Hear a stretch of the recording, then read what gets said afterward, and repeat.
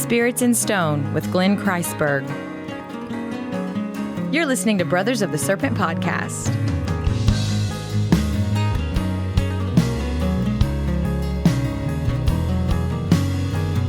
And welcome back, ladies and gentlemen, boys and girls, angels and demons and monsters and serpents, to Brothers of the Serpent podcast, coming to you not live from the 10 by 10 by 10 tangent cube of science, nestled amongst the dusty bones of an ancient seabed, high atop the Edwards Plateau, deep in the Perseids meteor shower.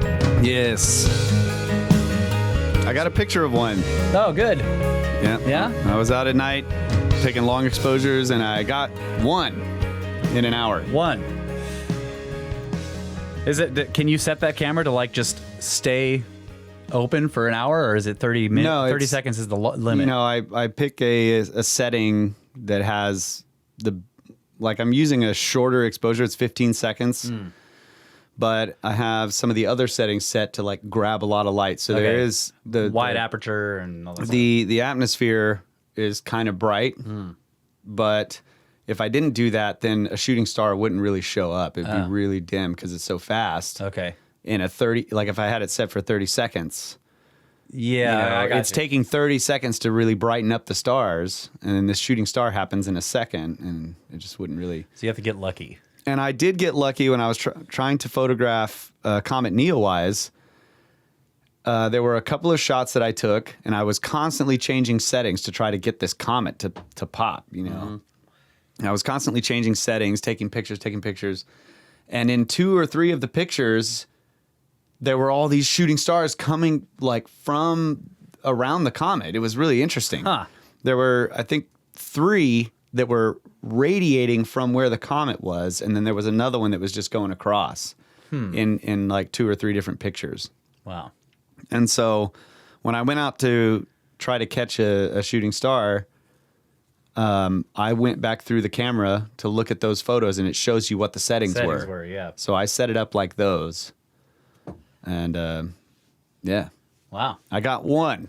And I had it set to a 2-second delay, just in case, like my pushing the button, because I don't have a remote, but if I push the button, if it made it vibrate a little bit. It shake, yeah. So I click it, and during the 2-second delay, this thing goes right down the Milky Way, and the shutter turns on while it was still bright. But it, when I looked at the photo, it's just a tiny little streak, Dang it.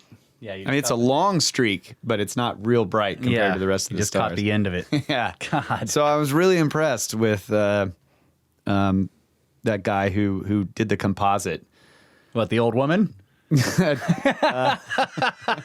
Man, sorry. Yes. Yeah, Dennis. His name was Dennis. That's right. Was he the one that did the composite? Yeah. I think so. Well, he did the composite of the comet. Yeah, no, this is the guy that did the composite of the shooting stars. Of the shooting stars, that's right. He wasn't. Right. It wasn't Dennis. Okay, that wasn't Dennis. No. It wasn't the old woman.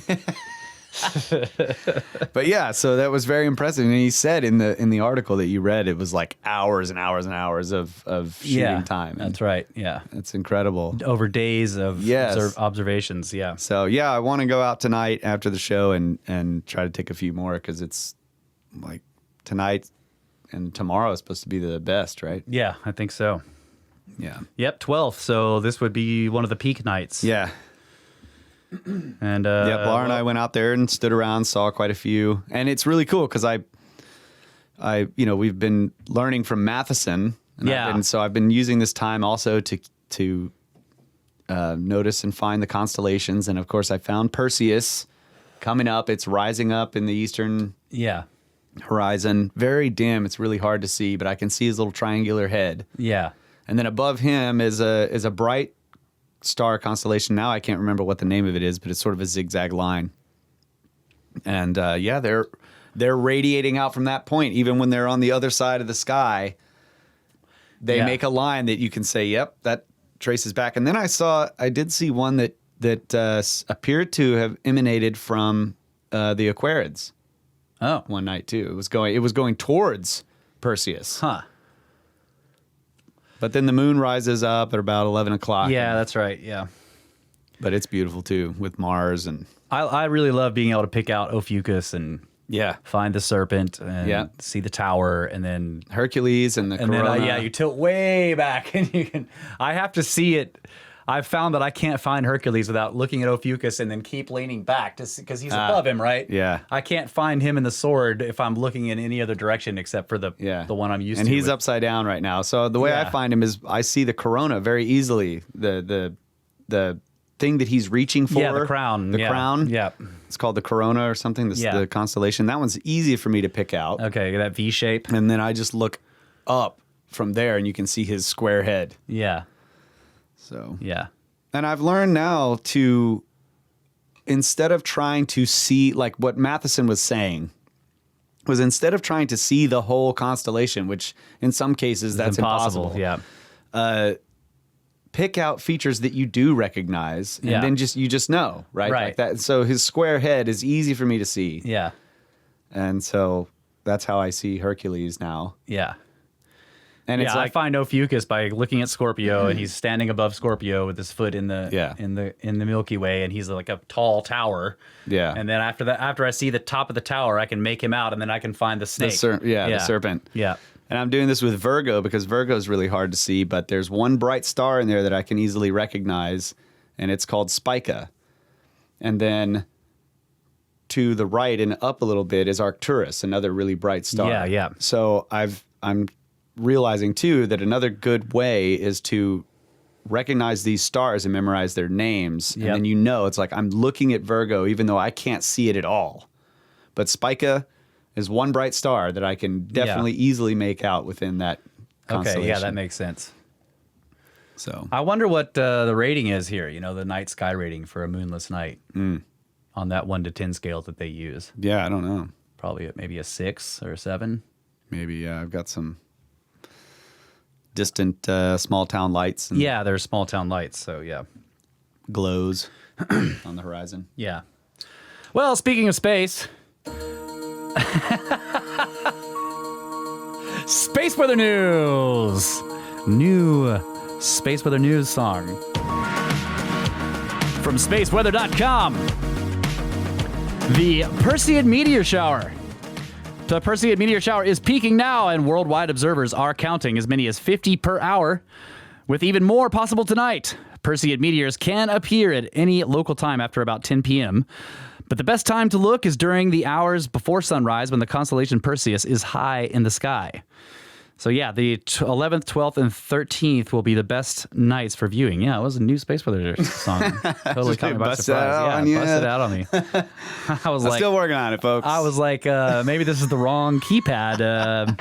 What's happening here? It's a little long. This is one time Kyle went to do space weather, and it was just like, and then he just played the song manually. He's like, so I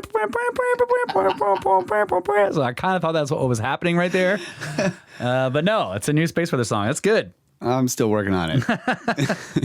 It's too long right now, but it was supposed to be space weather news. Oh, okay. I got to change my whole announcer guide. Spaceweathernews.com. That's right. Okay, I can do that. And I like it had a little bit of a X-Files thing going on. Yeah. It's supposed to be mysterious, bro. Yeah. I mean, hey, we're coming out of solar minimum. That's right. It's time to step it up. Yeah, that's true. So, solar cycle 25 active regions. The sun's southern hemisphere is undergoing an outbreak of solar cycle 25 active regions. So they have a magnetic map from August 12th of the NASA Solar Dynamics Observatory. There's a picture of this here. You guys can check it out on spaceweather.com. It says each patch of yellow on this map and green is a place where magnetic fields are intensifying, creating islands of magnetism on the sun's surface. In one case, sunspot 8R2771, the fields have intensified enough to form a cluster of dark sunspots. The other two are still weakly organized regions of magnetic froth. They may turn into sunspots, but they haven't yet. We know that all these regions belonging to solar cycle 25 because of their plus-minus polarity. See Hale's law for details. That's a link. I guess Hale's law details why they switch polarities. Okay, I'm going to have to check that out. Yeah, for sure. It says their emergence is yet another sign that solar cycle 25 is coming to life. And let's see. Current conditions. Solar wind speed, 295.1 kilometers per second. The density is a medium, 4.1 protons per cubic centimeter. Seems pretty low. Yeah. I mean, it's Call that medium? Well, yeah. All right. I mean, maybe it's low. You're right. What's the highest we've ever had? A 9? It's like in 13 or 14. Oh, maybe you're right. Okay, this is a low. All right. Sunspot number right now is 12. So we are down to 68% of 2020 total spotless days. So we've dropped precipitously. Whereas 2019, the total spotless days were 77%. And I think... neutron count coming down yet? No, it's up. What? The neutron count today is 10.2% plus, which is rated as very high. That's very close to the maximum, which was 11.7. That's strange. Yeah. Space weather Not doesn't understood. make sense. But that's what it's all about here at right. Brothers of the Serpent Podcast. All right. I've got the intro, but first you have a story? Yes. Just a quick little story here from Hear that, Ann? ancient. Oh, yeah. It's real pages. It's a real book. All right. Ancient-origins.net. And I just wanted to read a couple of excerpts from this story. These archaeologists found this sword at the bottom of Lake Lednica. Wait, I'm not sure how. They found Excalibur? Yeah, it was given to them by the mud. This is pretty cool. Archaeologists using diving gear explored an area of the lake near the historic island of Lednica, which was the site of an important Slavonic settlement. They focused their investigations on an area where two ancient bridges were found in 2017. The bridges connected Lednica Island to the shore and another island. The oldest of the two bridges was dated to the 10th century using dendrochronological analysis, which is the study of tree rings. Yeah. These bridges were several hundred feet long and were remarkable feats of engineering. Adjacent to the remains of one of the old bridges, the team retrieved over 20 objects from the lake. They found arrowheads, crossbow bolts, 2 axe heads, and a sickle that date from the 13th century AD.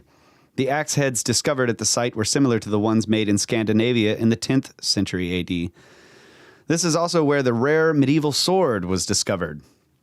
Archaeology professor and marine archaeologist specialist Andrzej Pajden told the First News Daily that, quote, "This is probably the richest season in a dozen years, not only because of the number of objects, but also their value and the context in which they were found," end quote.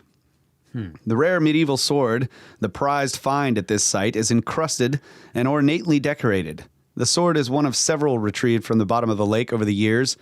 Professor Pajden told the First News, quote, "The most spectacular find of this research season is the 8th sword found in Lednica Lake in the first 20 years," end quote. But yeah, so I thought the sword was interesting. Yeah. It has they scanned it and stuff. It's still in the leather scabbard. What? Huh. So this must be, I'm trying to imagine, okay, it's been at the bottom of a lake. You would think it would deteriorate, but it must be anaerobic environment enough to preserve the leather. And what did the warrior do? Just like he's like, I quit being a warrior, and he takes his sword off and throws it in the water? I don't know. I mean, how would that I guess. But it has it capsize the boat. Yeah, it has an ancient Christian cross on it too. That they can see with the X-rays that they've done, and they're like, why is this here? Yeah, it's really far away from anywhere where that should be at that time. Oh wow, which is pretty cool. So, ancient-origins.net. Yeah, the two bridges, I thought that was pretty cool. They found these bridges in 2017. You know, hundreds of feet long, connecting the islands. I don't know. It's pretty cool. Yeah, we got to get our dive licenses and go dig in the mud in the bottom of lakes. Yeah, we have one here. We could probably find stuff in. There's like is there an old town down there or something? Probably. Most of the lakes in Texas are because they're dammed, right? I think there's only one that's natural. Yeah. So most of them have a lot of cases they're there living next to the river. Yeah. Yeah, there are Settlements. homesteads down there and Yep. stuff. Yeah. Wasn't Yeah, there a lot like of times we had a bad drought and like a church steeple started sticking out of one of them? Oh, I don't remember that. I know that. That might be myth, urban legend there. Well, that's not the one that's near us. No. But when we did have that bad drought and our lake dried up, people would go down there and find arrowheads all over the place because, of course, the river, Yeah, that's right. the old river used to run through there, and there's Indian midden mounds and stuff all over the place. Right. Okay, the Watchers pulled up a couple things here. Hale's law, or Hale's polarity law, says that the leading and trailing magnetic fields in an active region of the sun have the opposite direction, and the directions flip in the next sunspot cycle. Yeah, so that's what he's talking about. Like, they can tell by the polarity of these spots that it's sun cycles 25 because they're the opposite polarity of the old of sun cycle 24. And he also apparently I completely misunderstood how this scale works, the darkness scale. I thought they were measuring darkness, but I guess they're measuring light pollution because 1 is the best and 9 is the worst. Okay. We're still probably a 6. Yeah, that's probably right. Yeah. No, you need to measure dark. So does the entire measure? That's right. How much dark is there is what I want to know. Don't tell me how much light pollution it is. So the entire polarity, the polarity of the entire sun flips, does it not? Or is it just the sunspots? I thought I think the whole polarity flips, but the source of it is from the inside. Yeah, so what you first see is these sunspots that show up with the reverse polarity, and then over time, that ends up flipping the whole thing. Yeah, well, maybe we'll have to look into that. Yeah, I'm not sure. He says that Hale's law only references the sunspots. Yes. Okay, so he says Bandera's a 3, or outside of it. Oh, okay. So we have a good score. We're a 3. All right. That is a pretty good score. A 3 on the darkness scale. Well, it's like measuring the amount of light pollution, right? That's why 9, lots of light pollution is the worst. The least amount of darkness. Yeah. If it was a darkness scale, then 9 would be the best because that's the most darkness. I mean, there is like there is that question. You go into a room and you turn the light on, the light switch, and the light seems to just hit you instantly. Yeah. Right? But then you turn it off and the dark hits you instantly too. That's right. How fast does dark travel? How fast is dark? Yeah. Faster than the speed of dark. Silly stuff. Yeah. All right. Okay, so our guest this week is Glenn Kreisberg, and he wrote the book Spirits in Stone. And I just want to, before we get into the interview that we had with him, which was fascinating and excellent, I just want to read the foreword to his book, which was written by Graham Hancock.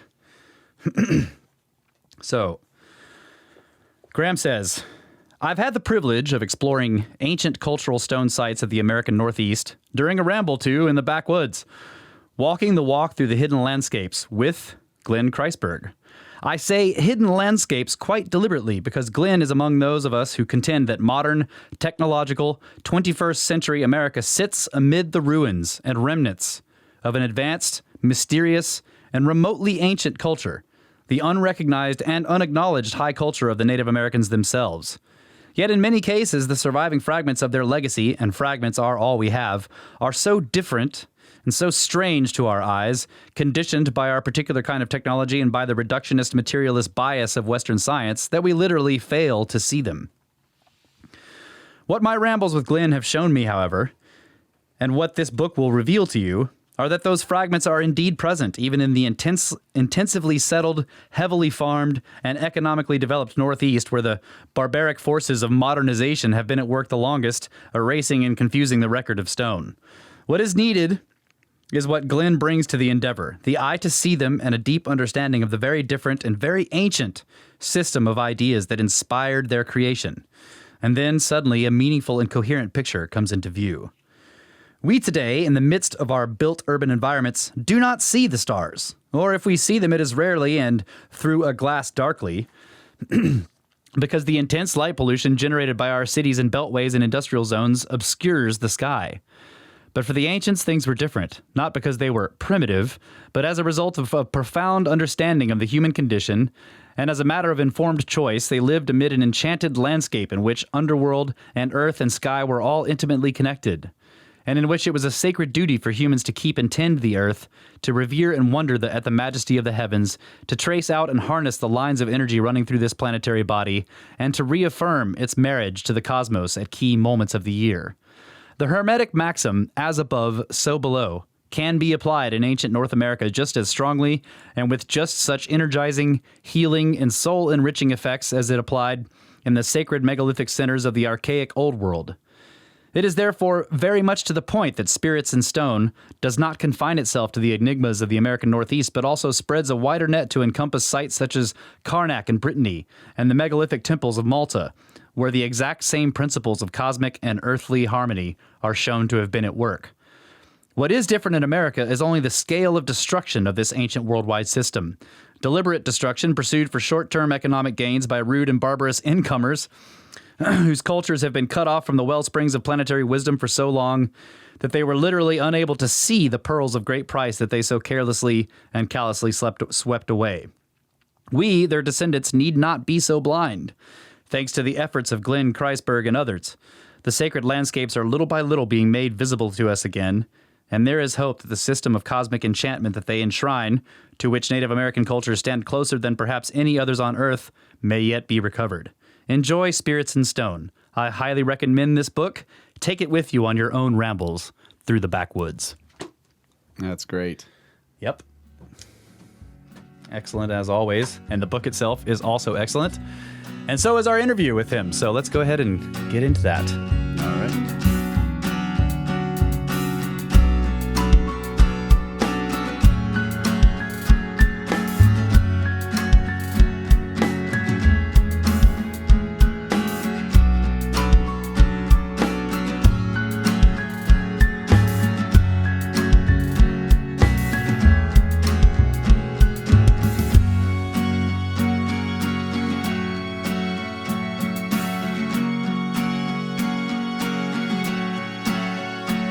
All right, ladies and gentlemen, we are joined this evening by author Glenn Kreisberg.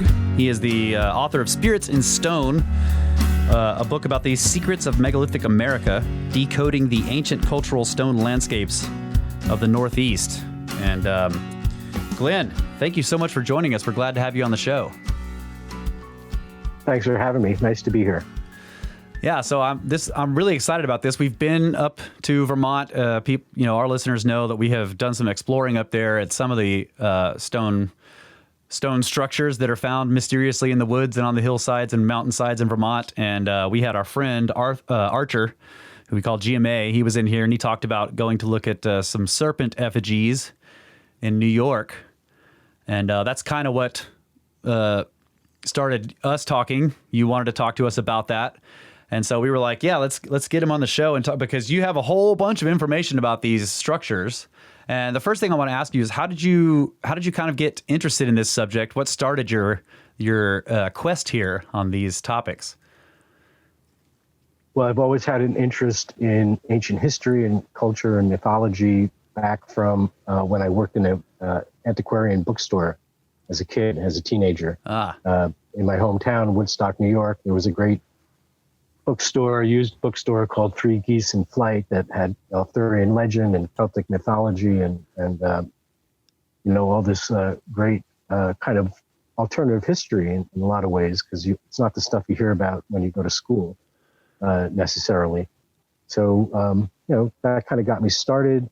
A little later, as a radio frequency engineer, at one point I was asked to sit on a siting committee for where a cell tower was going to be placed. And during the hearings, some people came forward and were very concerned about stone mounds in the woods that the archaeologists were dismissing as simply colonial or early American structures. And there were some people who were very adamant that these may be Native American and have some spiritual significance. So some experts were brought in, and it kind of piqued my interest about what might be in the woods right in our backyard. And as an outdoor guide, which I've been an avid outdoorsman for many years, I've spent a lot of time off the trail, bushwhacking, and I've always come across unusual things in the woods. And almost anybody who walks around the woods in the Northeast is going to find old stone things, whether it's an old foundation, an old wall, an unusual pile of stones, unusual boulders that look like they may have been set up or manipulated by people in the past. These things are quite common.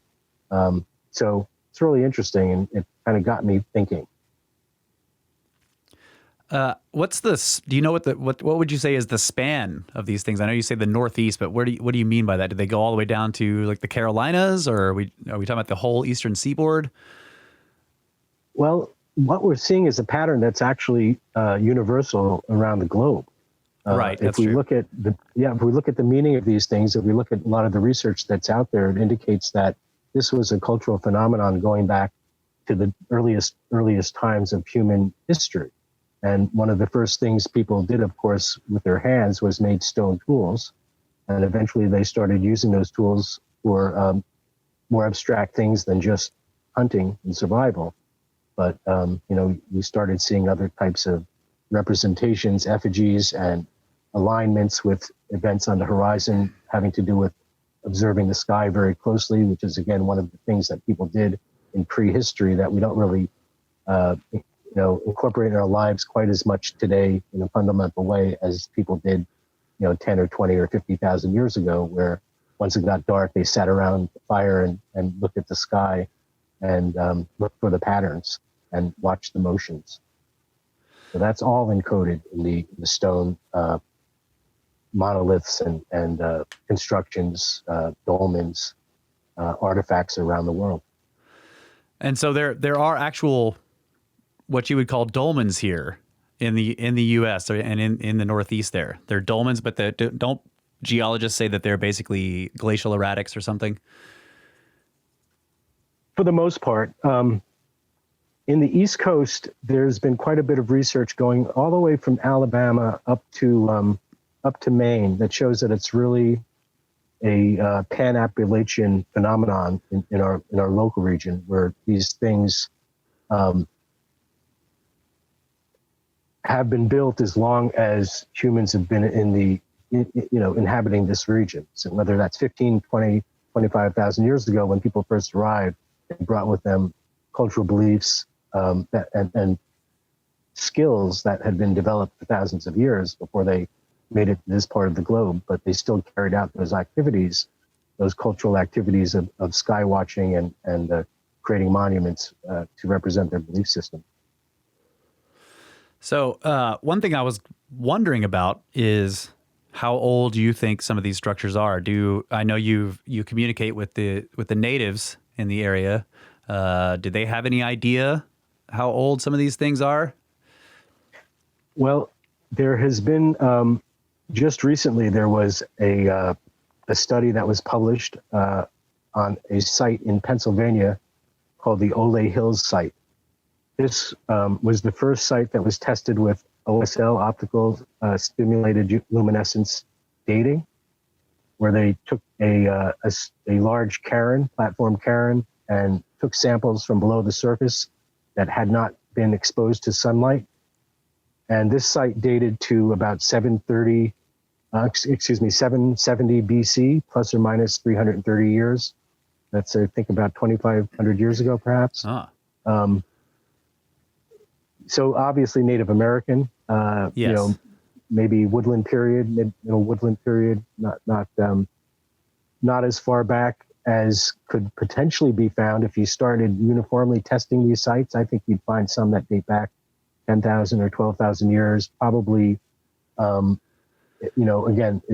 when the ice receded and people came in, they started building these things. Right. So I think they probably date back to, 10, 12, maybe 15,000 years ago, depending where.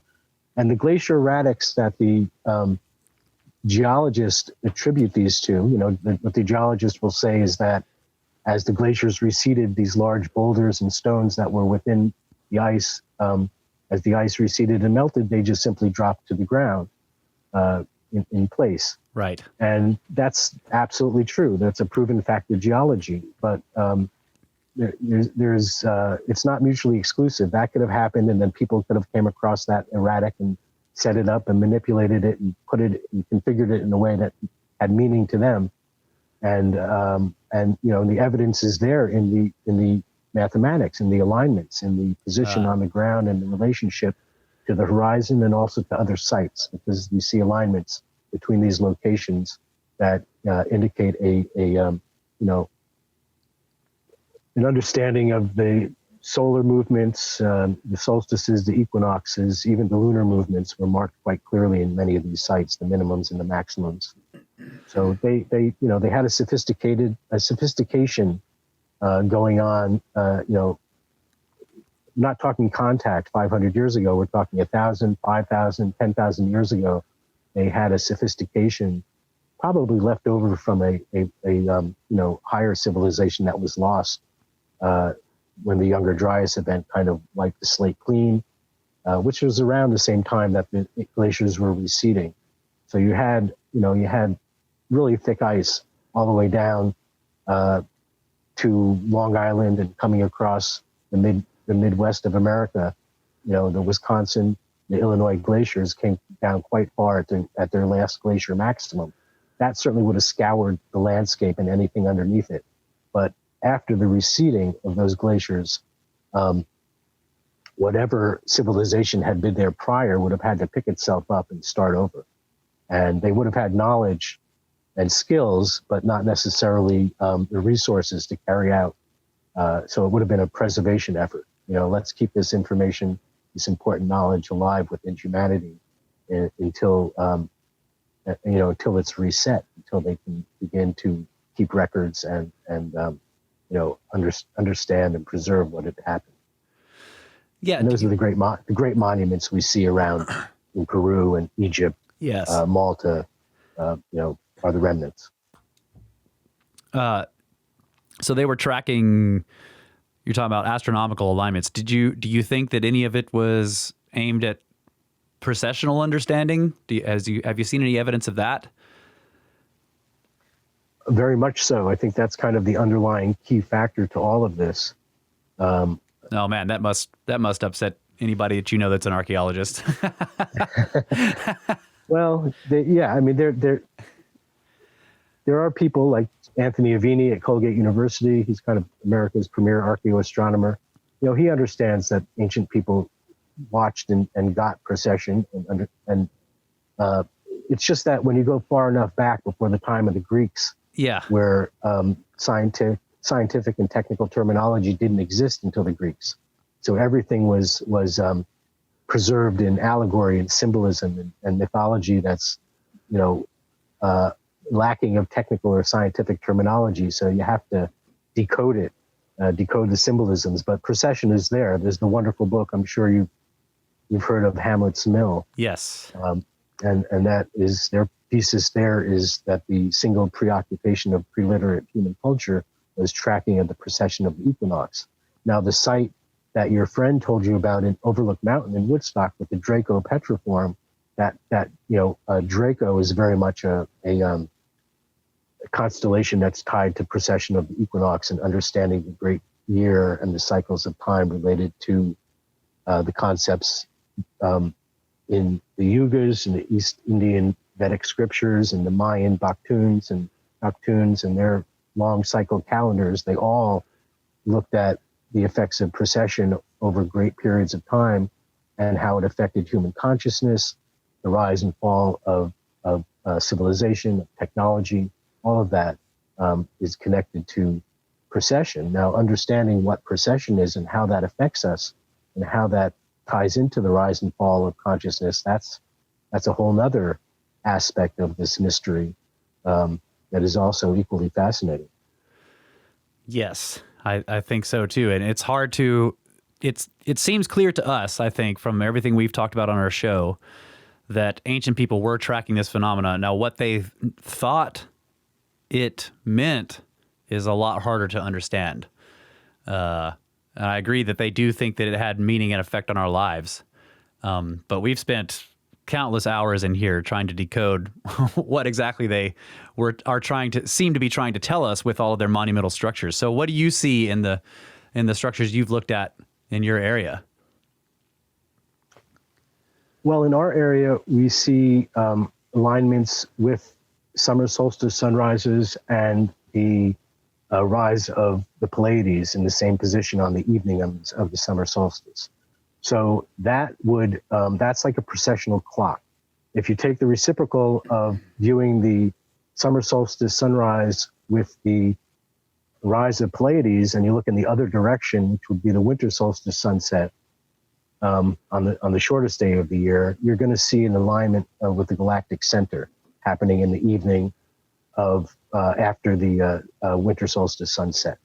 So again, that alignment of the galaxy at the solstice in the winter and the alignment of the Pleiades in the summer, in the evening of the summer solstice sunrise, was like a giant precessional clock.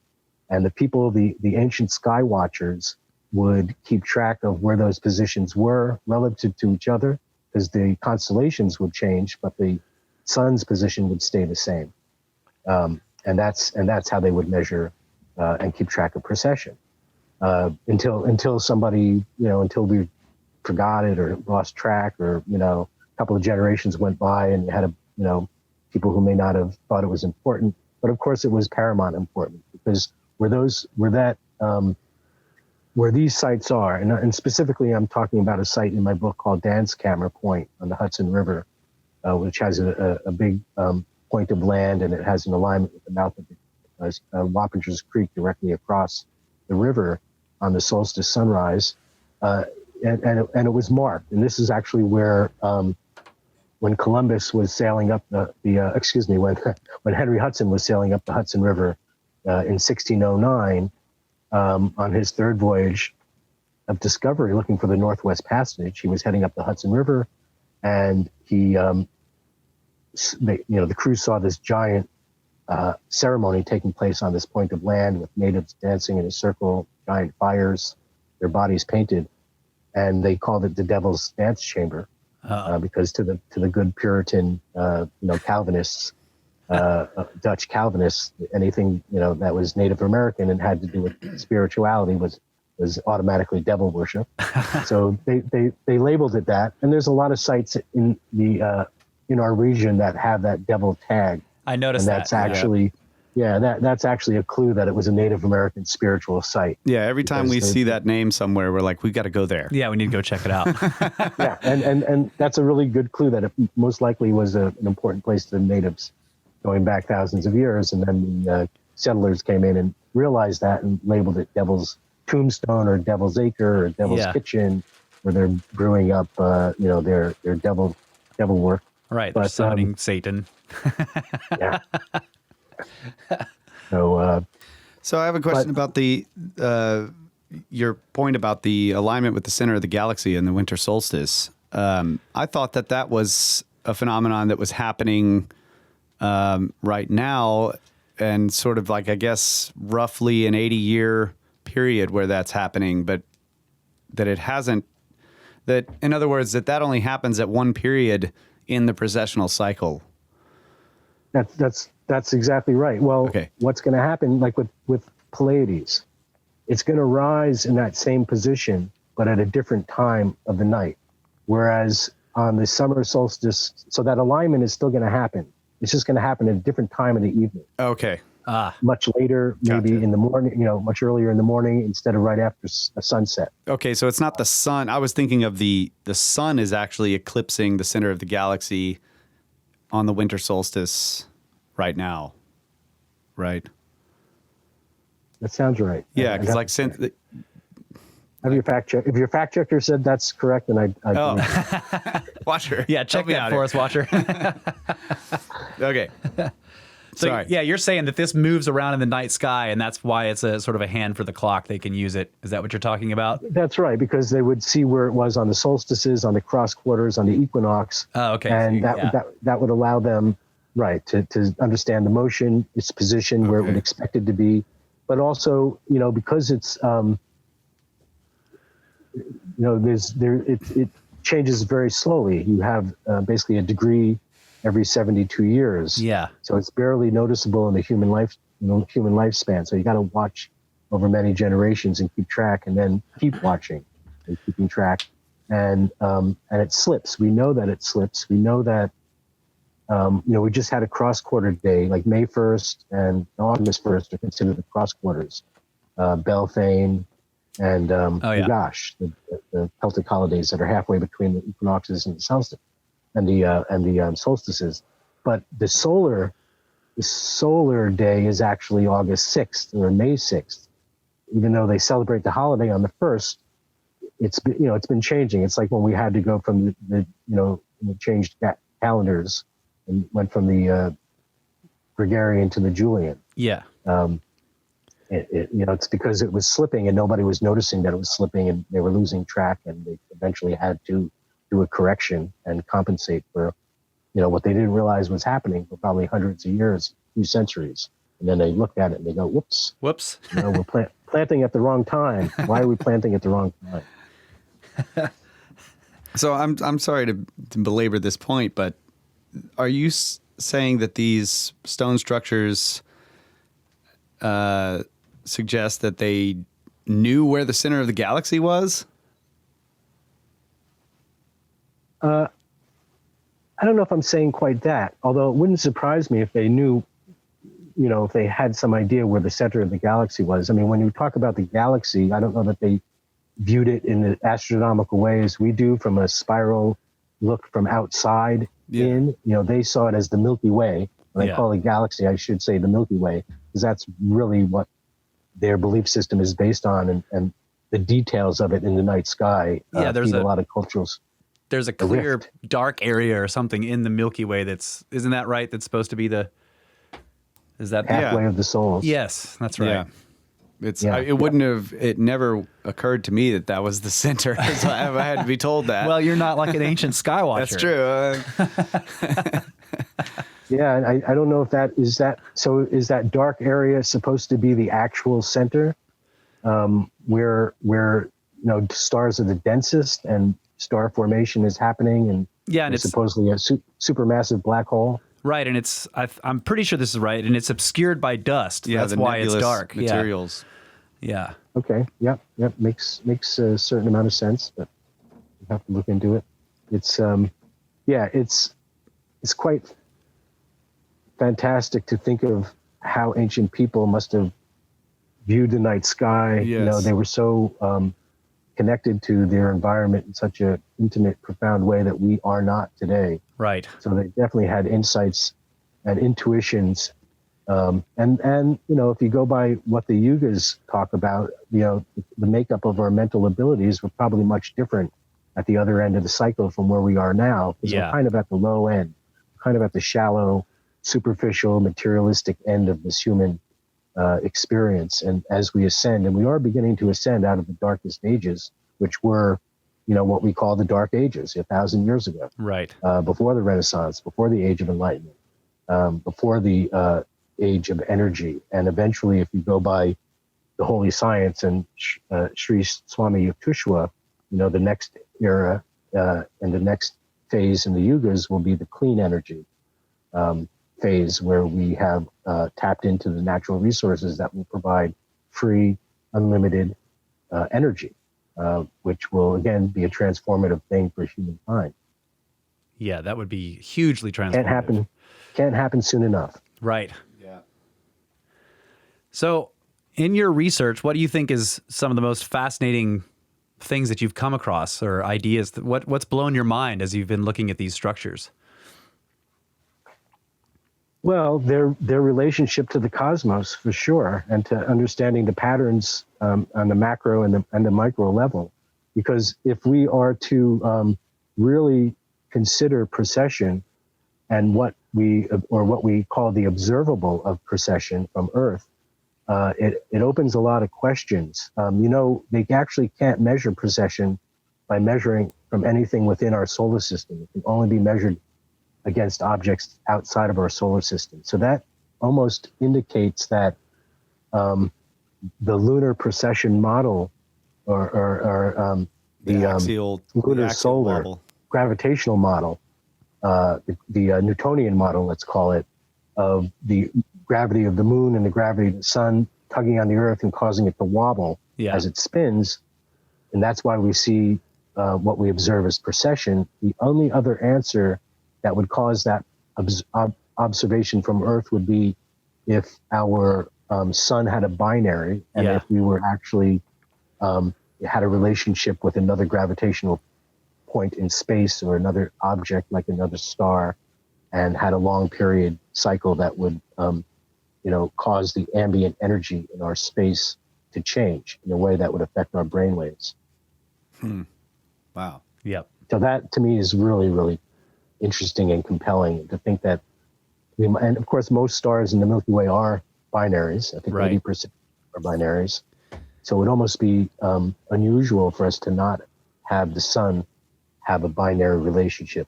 It may not be like an Alpha Centauri or a Sirius AB, where it's a close period, but you have to allow for the different types of variations in binaries and trinaries that exist. And some of them are great periods. And Sirius is actually a good candidate for potentially being a binary with Earth, and I think the verdict is still out on that. I wonder about, the idea that the zodiacal constellations are supposed to represent the different ages in the precessional cycle, yet they are not equally divided in terms of degrees of arc in the sky. There are some that are huge. They're more than 30 degrees, some that are smaller. So I wonder if there's, if it was due to some binary relationship, if there would be a speeding up of a part of the rotation so that the clusters of bright stars that they picked were apt for the speed at which we're actually rotating, like the background stars are shifting. You see what I'm saying? Yeah. Because they're not the same. They're not equally divided.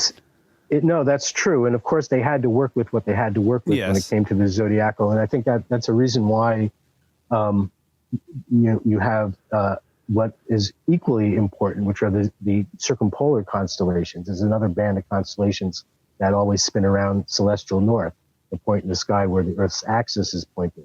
And that's Draco and the Big Dipper and the Little Dipper. Ursa Major and Minor and Draco. I think there's one more I'm forgetting, but the circumpolar constellations are, in a way, Hercules, maybe. Maybe I have to look at a star chart of the northern hemisphere, but those are those are extremely important constellations that are, in a sense, they're precession proof in some ways, because the ones that are on the equator, the zodiacal ones that you mentioned,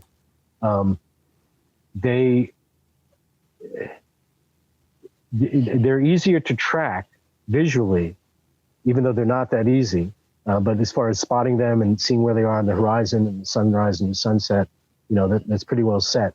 But because of the weird drifting of celestial north, that point where the axis is pointing to, due to precession, it's drifting in that 26,000 year circle. When they recognized changes in the position of that pole star, Thuban 5,000 years ago, Polaris now, Vega, 12, Draconis, Vega. Over that cycle, other stars move close to that position. Not always right on it, but nearby. Like Polaris is pretty close, and Thuban was pretty darn close 5,000 years ago. But it drifts around, and I think whenever you were asking earlier, what would they make of this? What was the meaning that they took? And usually, in my mind, in looking at a lot of the mythology, usually when they saw a change in the relationship between the stars in Draco and celestial north, it portended something cataclysmic. It wasn't something good. It was, when they noticed this, it always probably meant something bad was going to happen. Whether that happened or not, I don't know, but I don't think it was ever a good sign for them when they saw, because it was a sense of stability. Right. It was like kind of a axis mundi. Everything revolved around this. And if they saw a disturbance in it, that wouldn't portend good things. And again, I think by watching closely this cycle for tens and thousands of years, they were able to mark when the bad things happened, when the meteors fell to the ground, and there are some really interesting stories, Iroquois stories of supernatural beings known as the flying flaming heads. And they were known to, chase squaws through the forests and dry up lakes and change the course of rivers. And this was all in their ancient folklore. Wow. But if that's not an allegory or a cometary event that is of a magnitude that changes everything, climate change, I don't know what is. So there's countless stories and legends like that hold a lot of important keys and lessons for today. Also a good band name, the Flaming Heads. Yeah. The Flying Flaming Heads. Flaming Heads. It's a great band name. Yes. So some of the sites we went to look at, like, for example, Calendar 1 and Calendar 2 in Vermont. I don't remember exactly. Do you remember where those were specifically? I can't remember the name of the town. They're stone chambers, well built, kind of beautiful. It's got a narrow entrance, and you go through, and there's lintel stones, and then you're inside like a stone chamber. One of them was open, looked more like a well, and then the other one was closed over the top and had a vent in the back. And they're called Calendar 1 and Calendar 2 because they supposedly have alignments. But what was interesting to us is that it's in the middle of the mountains. And we were trying to figure out, like, how would you align this to something on the horizon when the horizon is like this, spiky, jagged line of mountains that are completely in the way to see alignment? So how would they do that, do you think? Or are they aligned to the setting sun at the mountain peak, which wouldn't actually be, due east or west? Well, were they sunrise or sunsets alignments? I should know this, but they're not in my area, and I actually have not visited those sites. Yeah, I don't. But I've looked at a lot of drawings. I think they're oriented east, southeast, like winter solstice sunrise. If there's a mountain in the range, and if there's a mountain in the way, they would have had to account for, the difference in declination degrees above, but they wouldn't have measured that. They would have just said, okay, on this day, we know this is the longest day of the year, the shortest day of the year. That's where the sun is coming up over and always has, and let's build our structure to orient to that. And it may be up on a hillside, it might be at a notch in a hill, and it doesn't always have to be at a long distance flat horizon. A lot of times it's at a foresight marker that's closer by. Sometimes it's the next hilltop. A lot of times, and in fact, I think some of these calendar sites might be aligned with markers on nearby hilltops. Okay, I don't want to misspeak. So Calendar 1 is a winter solstice sunrise marker and a summer solstice sunrise marker. Okay, so from different angles within the chamber, it's going to get the full angular range of that. So if you stand in one corner in the chamber, and then looking the other through corner. the door, maybe I don't know. Yep, that's cool. No, that's it. From the back right corner, looking out, you're going to see where the sun rises on the summer solstice sunrise, and then from the opposite corner and looking out the opposite the alternate side of that entrance, you're going to see the winter solstice sunrise. So I think there are chambers in Putnam County here in New York that have very similar configuration going on, where they have both those alignments. And then in some of those cases, it's also, of course, an equinox alignment because the sun will come in directly in the middle, east on the equinox. And so the other thing we noticed is that there must have been lines of sight because these sites that we looked at were under this deep forest canopy with enormous trees. You can't see any horizon or any sun anywhere. Yep.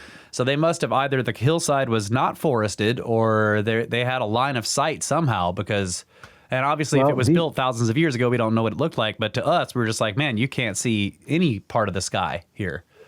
Yeah. In the Northeast in the summer, it's almost like rainforest here. Very dense But what I always like to remind people is these are, when you're talking about ancient indigenous people, you're talking about masters of their landscape. Right. Whether it was burning or whether it was clearing, or if they needed to manipulate their landscape to make it, fill their belief system, represent their belief system.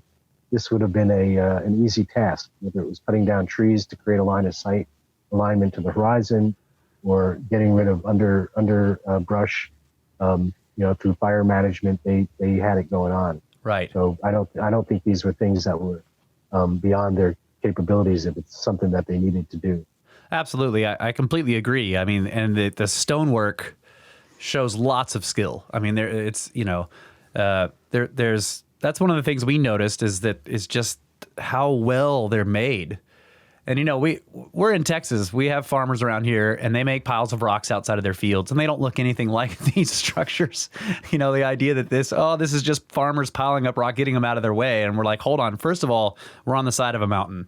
No one was farming here. Right. It doesn't make sense. It doesn't add up. Yeah.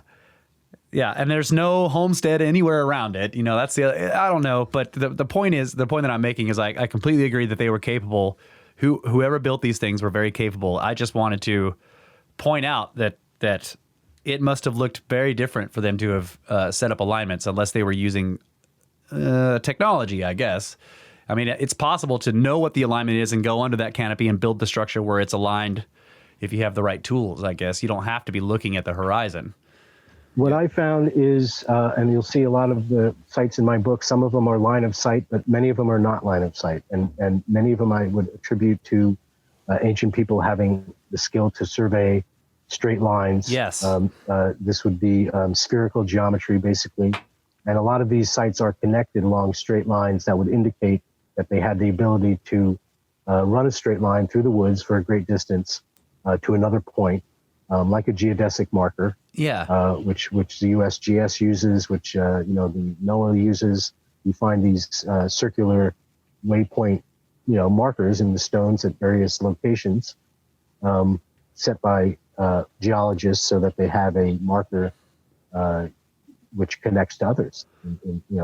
So they definitely have. I believe they have that ability. If you page through my book, I think there's a illustration of a Lenape family that is decked out in what the archaeologists would say all this ornamental regalia. But in fact, a good friend of mine, Tom Brennan, an older gentleman who was a world-class surveyor, looked at that picture and said, no, this is a survey team. Wow. They're every one of the things that the archaeologists attributed to being ornamental was actually functional and part of the tools used for surveying. And he showed that brilliantly. Wow. So, it's, and again, in many instances, it was not convenient for there to have been a civilization here before the Europeans arrived and wanted to kind of just take over.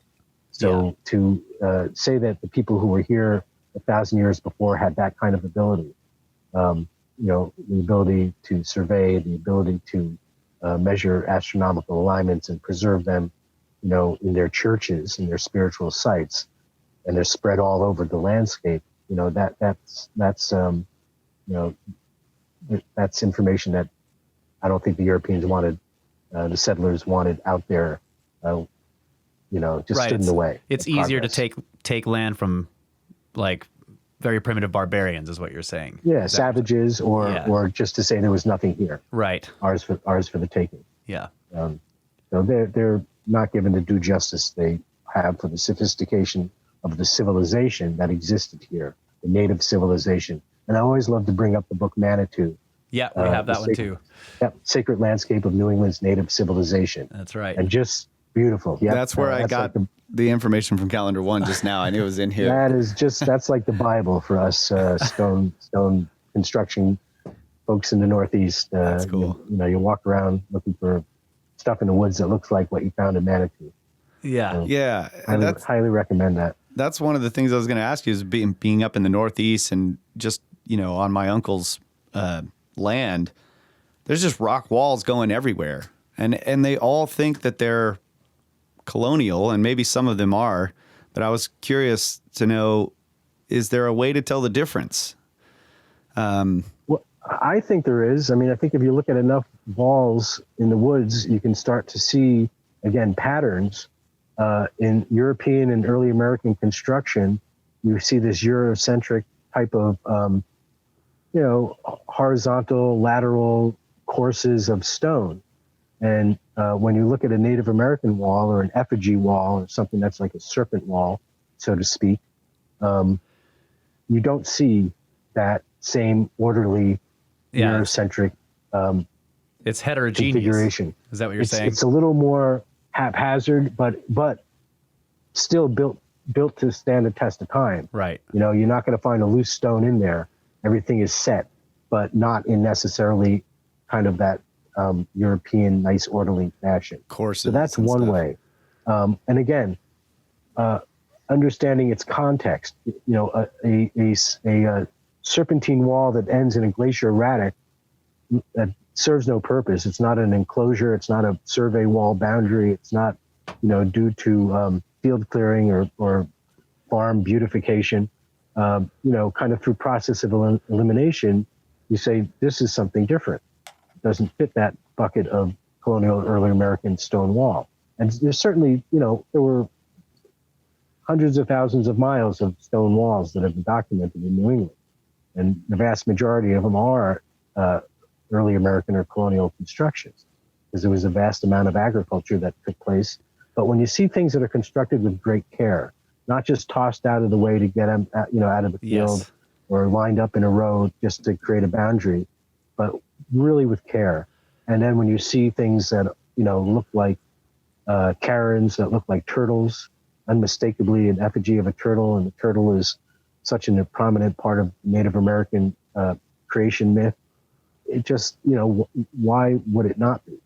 You know, it's just kind of stands to reason. The other thing we noticed was the use of quartz at corners or at alignment points or cardinal directions, where there would be a big quartz stone set prominently at the corner of something, and we thought that's an interesting, you know, that's an interesting usage there. It's if it was a farmer moving a big rock, you just get it out of the way. But it always seemed like you have these beautiful white quartz blocks in places of prominence. So is that another possible way to tell? It would have meaning, sure. If you find cairns or stone walls that have what appear to be offerings, votive offerings, pieces of quartzite, pieces of obsidian, pieces of hematite or iron oxide, which is used as pigment, red ochre. Many times we find cairns that have these as non-structural elements. They were just placed in a meaningful way as a votive offering. Maybe somebody left something that was important, a proto tool, a cobble that would maybe make a wonderful,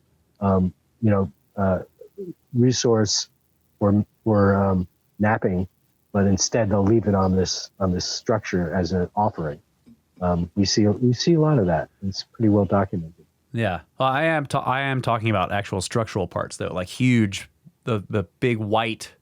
It's a different stone. I'm pretty sure it's quartz, but it's a huge white block, and it's in the corner, or maybe it's a cornerstone, or it's, you know, and it's placed prominently as part of the structure.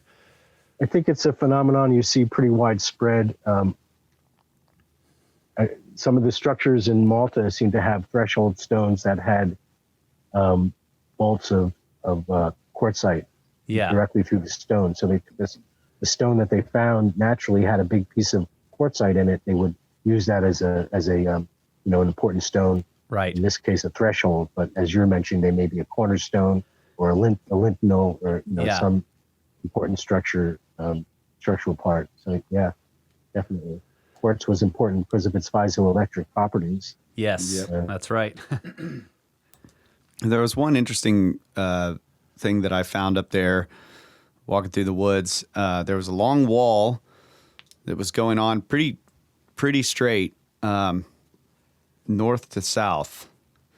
And there was a break in the wall that was built in. There were huge stones at the edge, and then there was just a cut in it that was wide enough, to walk through.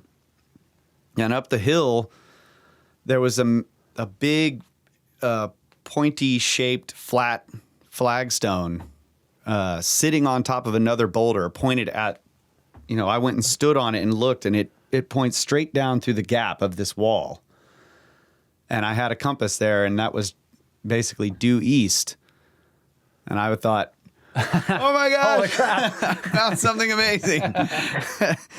But I wasn't sure, it's, they all say, oh, just the farmers that were here were building this stuff. So, well, it'd be interesting to be there on September 21st and see if due east is the sun popping up right on the sunrise and shining in that walkway.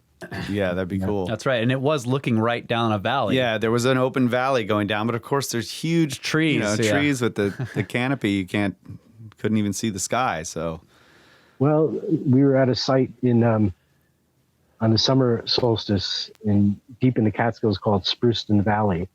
And it was the first time I was there on the summer solstice.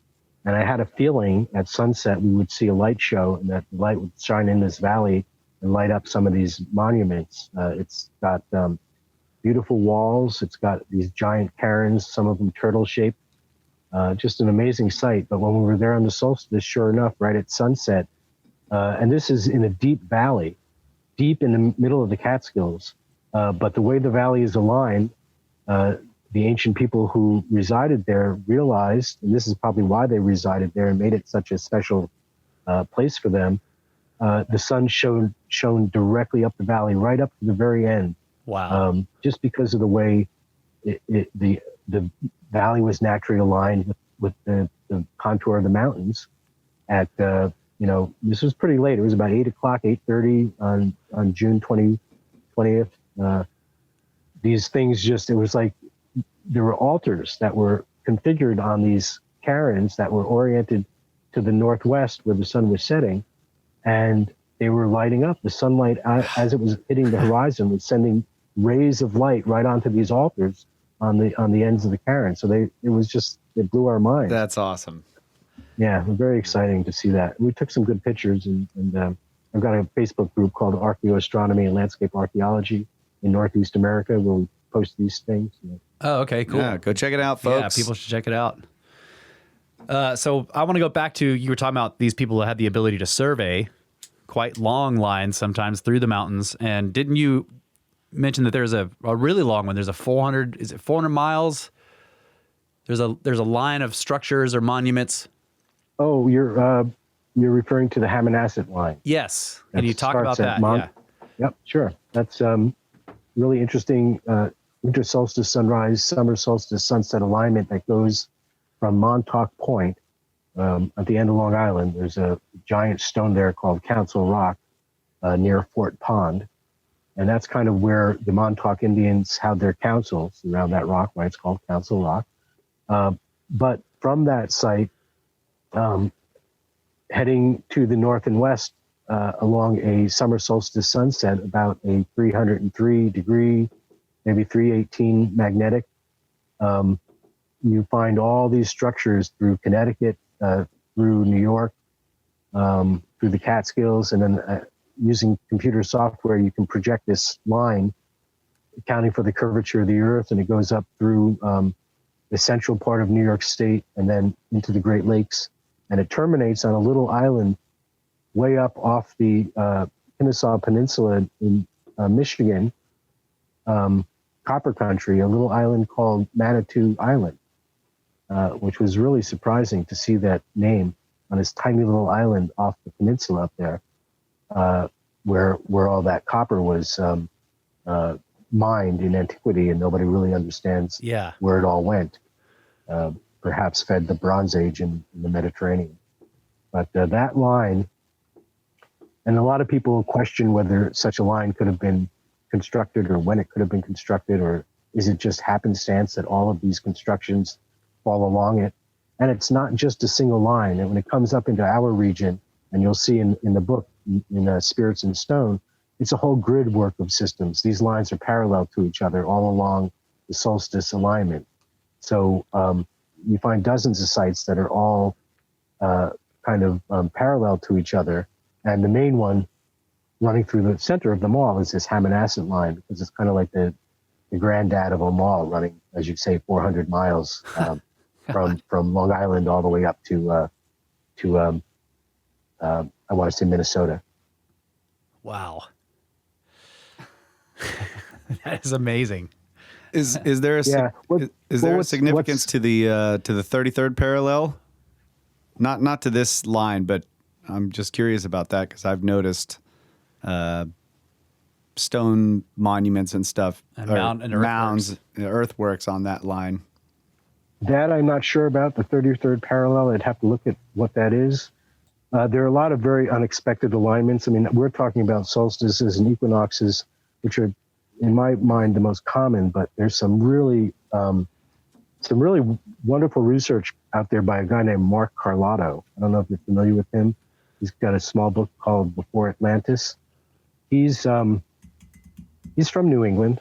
He's like a real scientist. This guy's kind of a heavyweight. I think he might work for NASA. So he's a physicist. He's got all the credentials.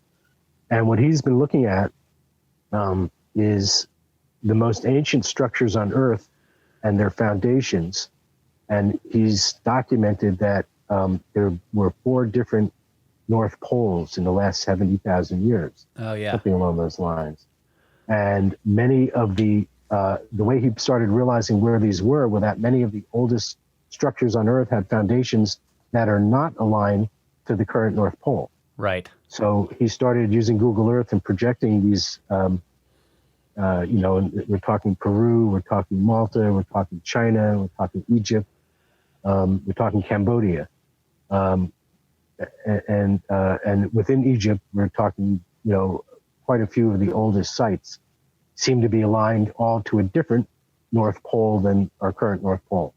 And he identified one off Greenland, one off Norway, one off Hudson's Bay, and one near Siberia. And he built on the work of Charles Hapgood. You're probably familiar with that name. Yes. Maps of the Ancient Sea Kings. Yeah. So he kind of revisited Hapgood's calculations and where he was predicting these previous North Poles were. And Carlotto just, threw a lot of science at it and confirmed that there were previous poles and kind of zeroed in on where they were. And he's been refining his work and publishing papers, and he's been getting some attention. It's good stuff. Man, that sounds great. Sounds like we need to get him on the show. Yeah. We have talked about that quite a bit, about how there seems to be sometimes around some ancient structures that there seems to be myth or legend that implies that they're very much older than, obviously than modern thinking, but also that there's a problem with alignments to North Poles if there must be a point at which they can't be aligned to the North Pole if they're still the same ancient structure. But if somebody basically rebuilt them, if that's what you're talking about, they have foundations that are misaligned, but the structure now is aligned because somebody came in there and we know that ancient people did this. They would rebuild over the same spot over and over. Yeah, that makes sense. So I mentioned some technology earlier on for dating a site in Pennsylvania called OSL, optical stimulated luminescence. Yes. That same technology could be used on these foundation stones, where you go down below the surface, take some samples, collect some samples that could then be tested in the lab to see when sunlight last shone on those minerals, and get a pretty good dating range. And I think you'd find that most of these sites are dated for what's built on the surface, right? But they're not dated for what's under the ground. And I think you get a whole different threshold for when these sites were constructed, pushed much further back into the Göbekli Tepe region of time, right? 7 to 10,000 years ago. Man, good stuff. A lot of amazing discoveries await this century. I think many of them may occur, on the continental shelf below the waters, below the waters right now. A lot of the secrets to humanity's history is below the waves right now.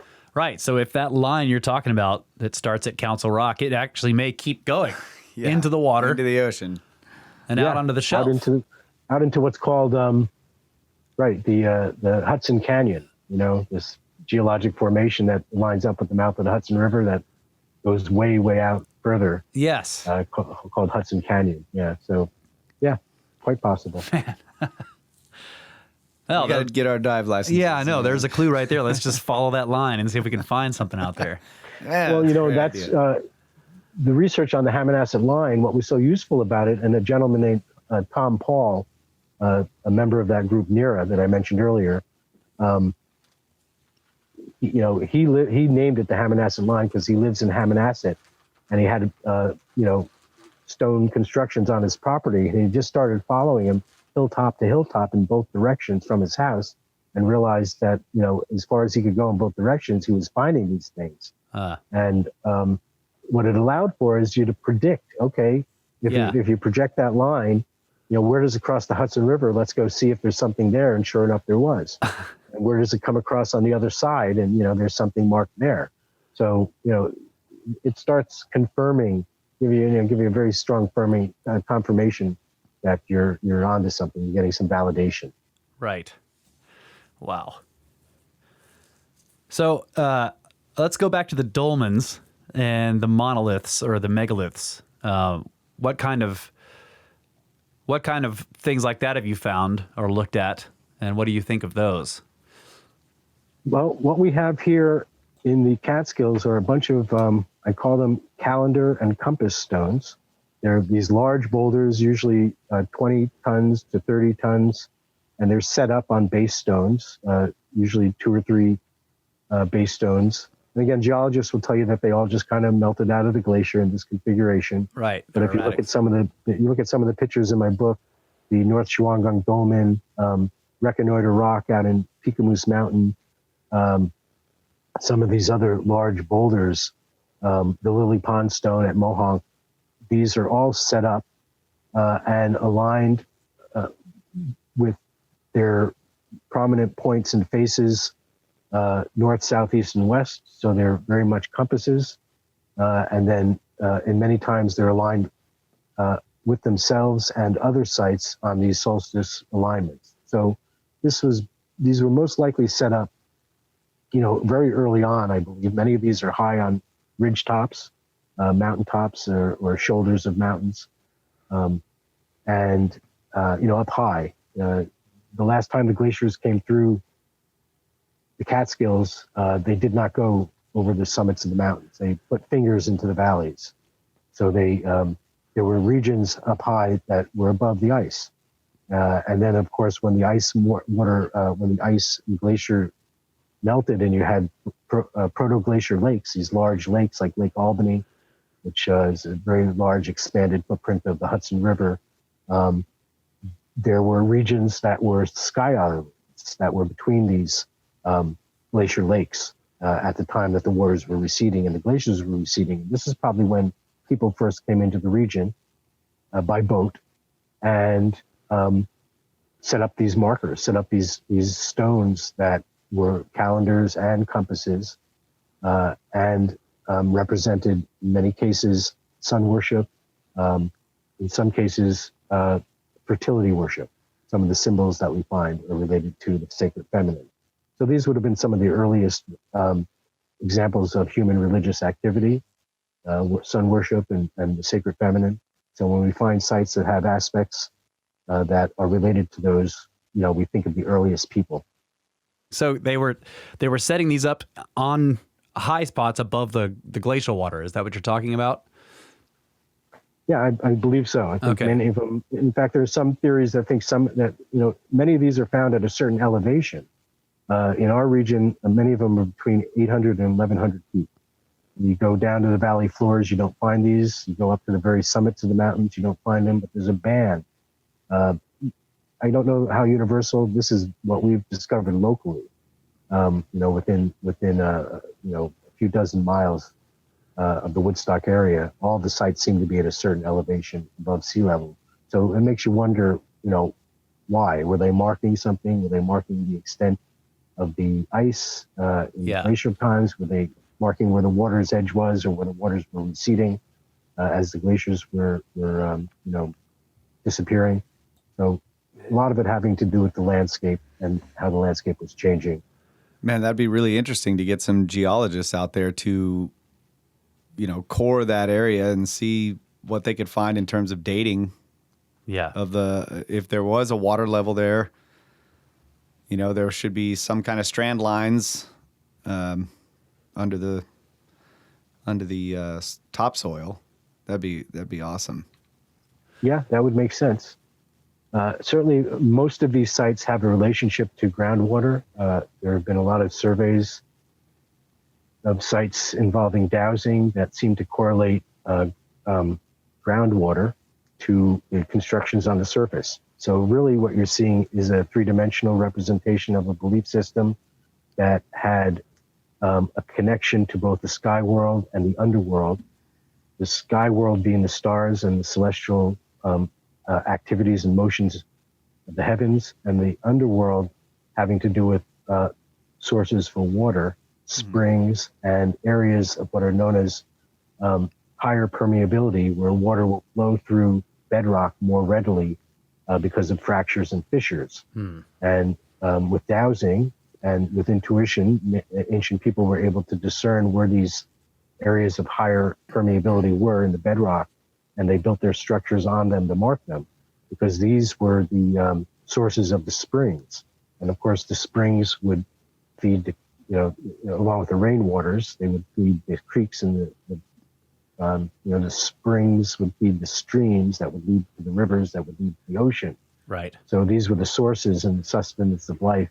And what we find in some of the constructions, the stone markers that are marking these headwaters, are shells, oyster shells, seashells from the ocean that have been brought way up into the mountain and placed into these markers that are marking where these waters start. So understanding the hydrology was really key. And it helped tie together that three-dimensional worldview where their constructions on the surface in the plane of living where we are would be connections or conduits for energy between the underworld and the sky world. Now, this seems like a really handy technology for, nomadic lifestyle or hunter-gatherer type, where you're constantly moving along. And if over time you build these structures all over the places that you're roaming back and forth, they just are landmarks. But is that kind of ancient people? I would think they would come into a region. You're right. They would be transient to some extent. Although there were areas along the rivers where, like right close to where I am here in Kingston, New York, right on the shores of the Hudson, you have the confluence of three major streams that come into the Hudson River, and they all converge at a single point, basically a few miles apart. So archaeologists have determined that it's been continually inhabited for over 10,000 years. So, while there were transient hunter-gatherers, there were also population centers that were continually inhabited by people as long as there were people around, because they had the resources. They had the oysters, they had the sturgeon, they had the rivers and the streams.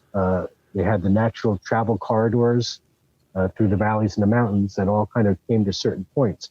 So not everywhere, but in some places, like the mouth of the Wappingers Creek into the Hudson, further south from our region, like the mouth of the Rondout Creek, the Esopus Creek, the Wallkill River that all come out by Kingston, New York. People were here developing their civilization for 10,000 years or more, in every way possible. So, but in the other regions, they would survey them. They would travel around as needed. And I think they surveyed everywhere they went to look for features that they could use to exploit, for lack of a better word, and express their worldview and their belief system. So if they would come into a new region, they would systematically, go to the lowlands, go to the highlands, survey visually and spatially what was there that they could utilize, what was its relationship to the sky, what was the relationship to what was under the ground, and how could they use it to, again, support their belief system, but also, they honored and made sacred everything that allowed them to sustain themselves. So as they, came across these things, they put life into it, they put energy into it through shamanism, through what anthropologists would call agency. They would attribute spirit to inanimate objects like mountains, like rivers, like stones. That's right. Like trees, even though trees are not inanimate. So, you get the idea. Yeah, that natural forces have agency. Yeah. Yeah. Yep. Important concept. It is an important concept. And I kind of like it. I mean, you can kind of see it. We're, Kyle and I are both, we've been doing farming and growing for the last, almost 5 years. 5 years now. And you can see it. I was wondering what he was smoking in that pipe. It's tobacco. It's tobacco. I assure you, my good sir.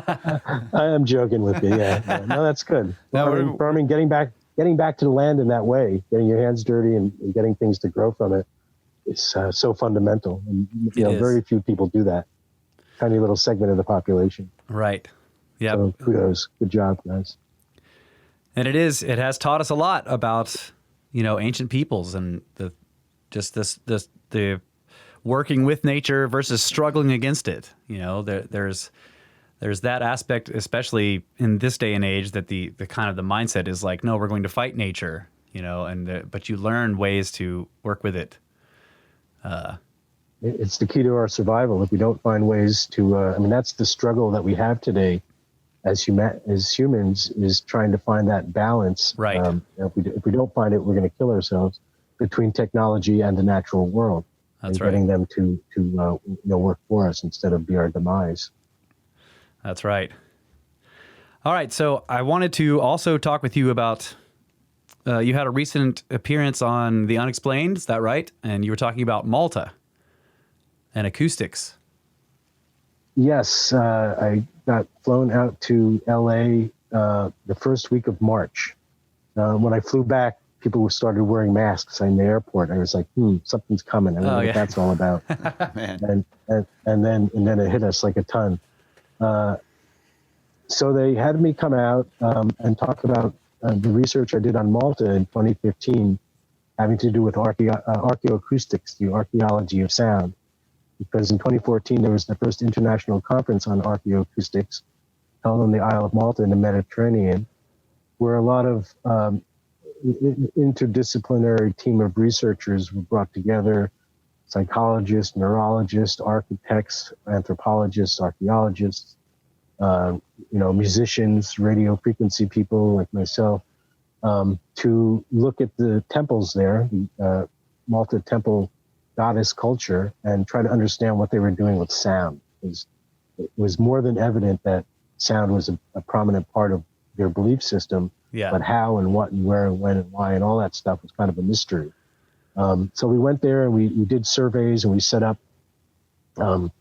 equipment. We focused mostly on, as a team, the Hypogeum House of Faria, which is an underground necropolis, a 3-level complex built underground, entirely carved out of coralline limestone with hand tools. About 1,000 years before the pyramids and 1,000 years before Stonehenge.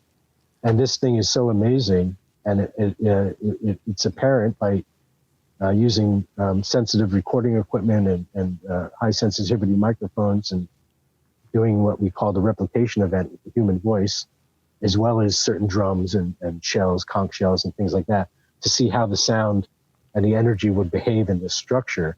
It was very revealing. Let's put it that way. So yes, I wrote about it, and it got some attention, and somehow somebody got wind of this at Shatner's new show, The Unexplained, and they asked me to come out and talk about it. So that just aired recently. In fact, I started getting text messages Saturday night at 9:00, and I didn't even know it was on. It had aired, I guess, on the History Channel. Oh, wow. So my kids are like, it looks like it's on again at midnight. So we did catch it. And what they were asking me about is the configuration. What I noticed about how in the Hypogeum, there's something called the oracle room. Yes. Or the oracle chamber, which is set apart from all the other rooms. And it seems to be kind of the central focal point. And it's an area where even the slightest sound reverberates and is kind of broadcast throughout the entire, I think it's, now I'm spacing it out. It's more than 6,500 square feet of all these different chambers and rooms on 3 different levels. So if you just whisper in the oracle room, there are niches and side cavities, and it's like the room has been tuned to a specific frequency to react a certain way. And so anywhere in the complex, if you're in the oracle room making a sound, you'll hear what that sound is, and it gets very much distorted. And what they discovered is the sound frequency that seems to activate the room is in the kind of the very low guttural sound range in the 110, 112 hertz range. So that's the kind of bass sound that you feel in your bones and deep in your body. It really penetrates. 110. So what they were using the sound for, one speculates, is altering their states of consciousness. Because when you are exposed to that frequency, that 110, 112 hertz sound, it changes your brain patterns. And this is what we were looking at, what people were talking about at this archaeoacoustic conference. How do the brain patterns change based on those frequencies? And it does end up putting you into it kind of quiets the speech part of your brain. The language portion of your brain goes dark when you hear those sounds. And you kind of, even though you're awake, you enter into a trance-like state where you are more receptive to, astral travel and these types of psycho-paranormal phenomenon. And then if you were exposed to it long enough, you actually, even though, again, you're wide awake, your body starts putting out brain waves as if you're in a deep, deep, deep sleep state. Huh. And of course, when you're in a very deep sleep state, your body is regenerating. Your cells are regenerating. It's very healthy. This is when your body recharges, not when you're dreaming. When you're dreaming, you're not in that state. That's a different set of brain waves. So, you've got brain waves for deep sleep. You've got brain waves for alertness, like you are right now. You've got brain waves for, deep meditative practice, like transcendental meditation. You're all going to produce different types of brain waves. And it turns out that different sound frequencies will trigger those brain waves and allow them to occur, altering your state of consciousness and allowing you to, enter into a communication with the divine, or with the other realms, or with, wherever the shamans go when they drink the ayahuasca. The sound waves seem to correlate and take you to the same place. And somebody built this on purpose like that. There you go. Yes, very, very, very much so. Yeah. and carve the ceiling of the oracle room into this perfect channel that's a wave guide. I recognize that from my work as a radio frequency engineer. You want to guide that sound wave. You want to guide that radio wave. You use what's called a wave guide. And they built one. They realized that they needed to direct that sound, direct that energy in a certain way, so it would do a certain thing to support and put a foundation behind their belief system, their worldview. Yeah. So it was important for them to get this right. And what you see on the temples throughout Malta, the above ground temples, are these wild configurations that look like, and again, to my eye, in a bird's eye view, this is some of my early research, they look very much like radio frequency propagation patterns. Huh. When you propagate a radio wave, it has a very specific pattern. Kind of looks almost like the hand of a glove. It's got nodes. It's got a main node. It's got side lobes. It's got nulls between the lobes. So, I saw a bird's eye view of some of these Malta temples, and I was like, hey, man, that looks just like a 800 megahertz radio frequency wave pattern. and I started writing about stuff like that, got almost 15 years ago now. And that's actually the paper on electromagnetism and the ancients that included that observation about the Ajahim temple on Malta is what got read by this woman, Linda Enix, and she ended up inviting me to come to Malta to talk about that at the conference. Wow. So that kind of was opened the door to the whole thing. That's amazing. So I was thinking you were talking about the cart ruts up there at first. Well, what they call cart ruts. Aren't there? Yeah. Yeah. The cart, that's another mystery. I think that one's been solved recently. The cart ruts in Malta are these parallel tracks of limestone channels that run off into the ocean. And what it appears, and they've been called cart ruts, but I believe they're part of an irrigation system that was feeding fresh water through these channels to land that is now submerged. Because that makes sense. Malta has a prehistory that goes back to probably when when the sea levels were much lower, right? And the water was locked up in the ice age, and in polar regions, you had another 150 to 200 meters of land that was not submerged. So those cart ruts, I think, I read recently some research that supported the idea they were part of an irrigation system. It does make sense. Must have been hot and cold water. There was always two. parallel aqueducts. That's right. No, but that's actually a good. It is a I've good never idea. heard that before, though. That's cool. Yeah, it makes sense. I kind of thought, well, these are ancient chariots that wore them down for being used for thousands of years, and leading to temples that are now under the ocean. But no, nothing exotic as that. Just farmland that was submerged that used to be fed, fresh water in a place. Malta's it's not a big island, and there's not a huge amount of fresh water. There's not a shortage, but it's limited for the population. Right. Isn't that how they found the Hypogeum? They were digging a cistern or something like that. That's how they initially. Yeah. They were clearing for a subdivision back in the early 1900s, and some farmer pushed a hole through the field. And that was the ceiling of the Hypogeum. Yeah, that's right. So do you still think it was a necropolis then, if it was so tuned? Well, there were 7,000 corpses found in it, lining the walls of the different chambers. So at some point, it was definitely a city of the dead.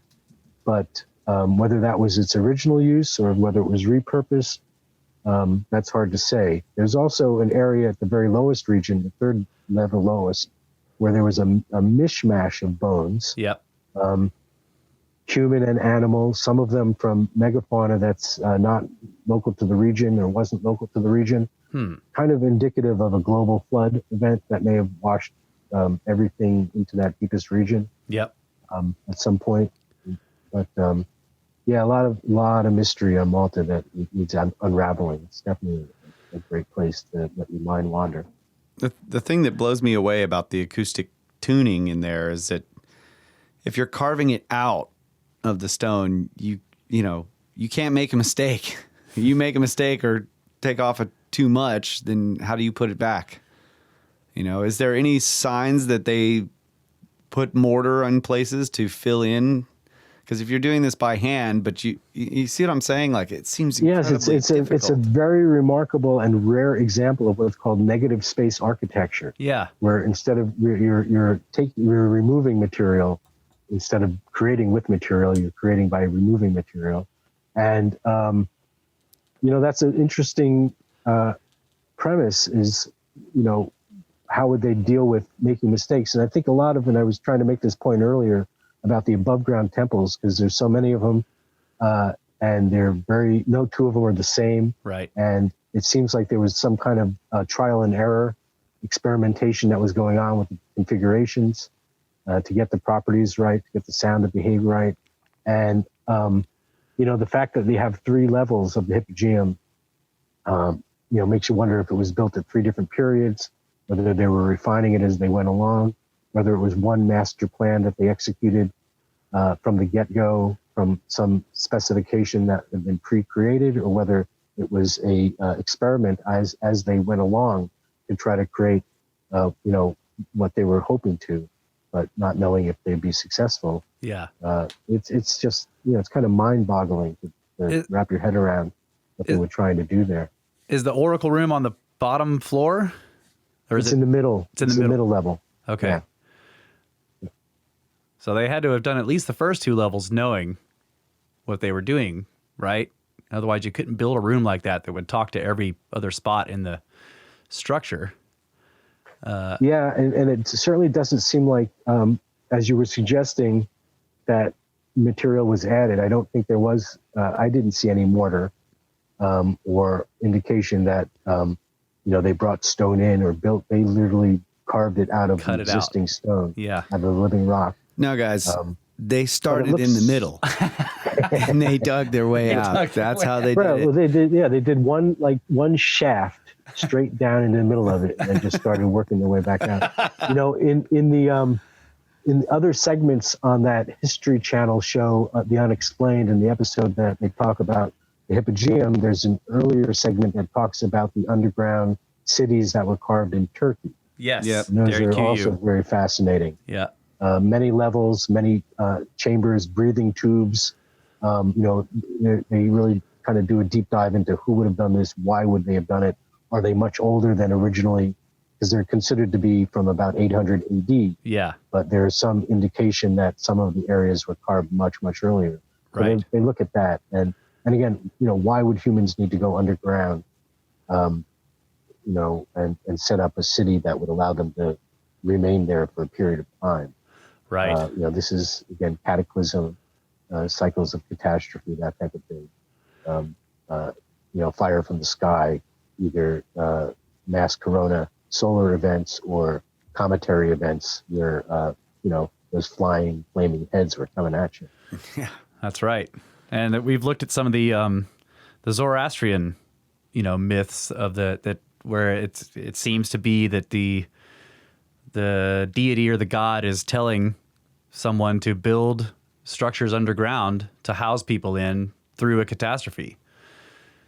So we is that part of the Zatorian? It's in the Zendavesta. Zendavesta, yeah. And then there's all these instructions on how not to get sick and how not to, and how to live for possibly what sounds like generations underground during a surface catastrophe. That's very important clues. Yes. Those are. That's right. Yeah, no question about it.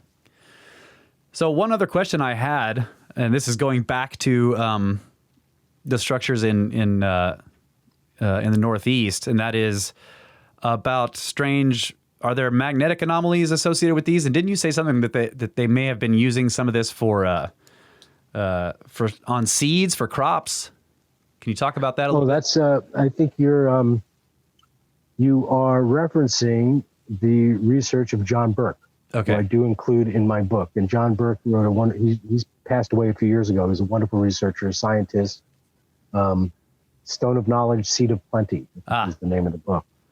And he used some of his, I want to say he was a professor out at Stony Brook in Long Island, but he used some students to take magnetic readings at some of the chamber entrances in Putnam County. And he did discover that there were spikes in the local electromagnetic field of the Earth. So there were magnetic anomalies associated with the entrances of a few of these chambers. Huh. So whether, how they would have identified that and built the chamber oriented so its entrance was on that electromagnetic anomaly, which usually indicates some type of geologic formation in the ground beneath it. Yeah. That is, a change in density of the rock or the chemical makeup of the rock, which creates some type of magnetic anomaly that can be measured. So he did identify some of those, and in his book, the premise was that areas that show those types of anomalies, when corn seeds are exposed to those regions, basically he took corn seeds, he left some in the lab as a control, he put some at these sites that had electromagnetic anomalies, and he got much more robust crop yields from the ones that had been exposed compared to the ones that were grown in the lab as a control. So he attributed it to the energy, the little boost of electromagnetic energy that the seeds received when they were being stored in these chambers, or why they got the more robust crop yields, which is really fascinating study. Another thing that John Burke did, he surveyed Karnak in France and showed that all of those large stones there had their, he also did, again, magnetic polarity readings on those large monoliths in Karnak and showed how all of them had their north polarities aligned and their south polarities aligned. Wow. So every one of those giant stones has one side that's positive, one side that's negative. What? And all of them were lined up with their negatives on one side, positives on another. So, and I talk about this again in my book, very much like the particle accelerator. Why would you align your polarities all in one direction? In modern quantum physics, you do that to accelerate particles. So in some regards, the layout at Karnak with those long rows of stones are, in essence, a type of a particle accelerator.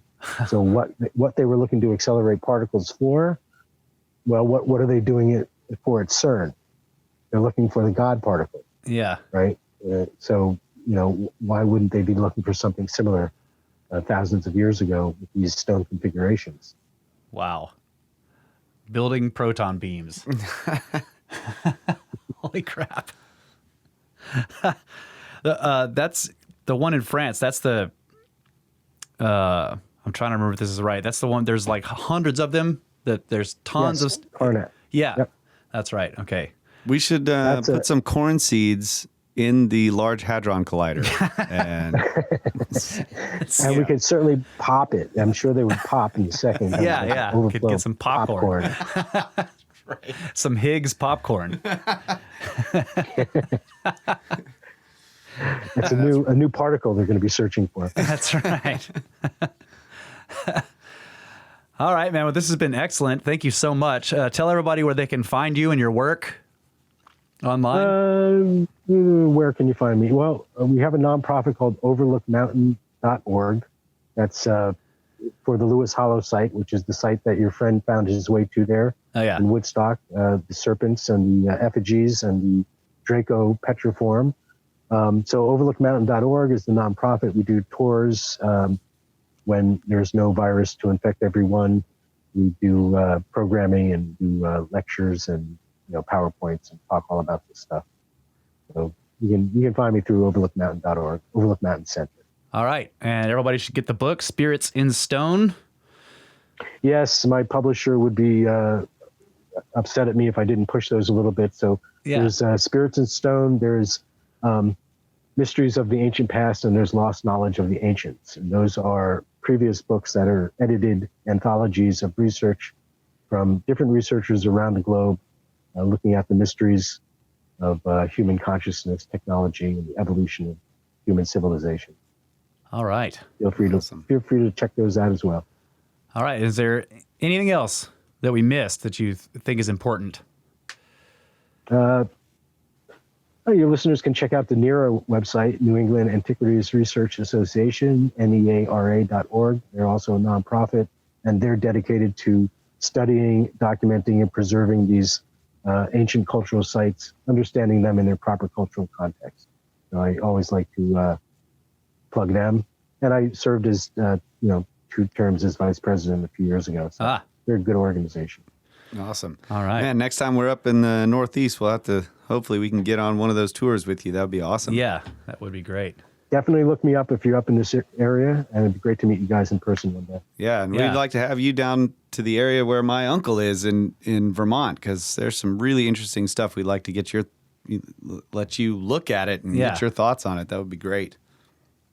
Sounds good, guys. Thanks for having me. And Thanks so much. If you know the people who own the land that those serpent effigies are on, tell them we're sorry for our friend who trespassed. He didn't know. He was just trying to have a look. Pass on the apologies. It's actually owned by a foundation called Guardian Antiquities Research, so they are always looking to be the guardians of those sites. So, right. That's good. All right. Okay. Appreciate it. Thank you so much. You're welcome. Take care.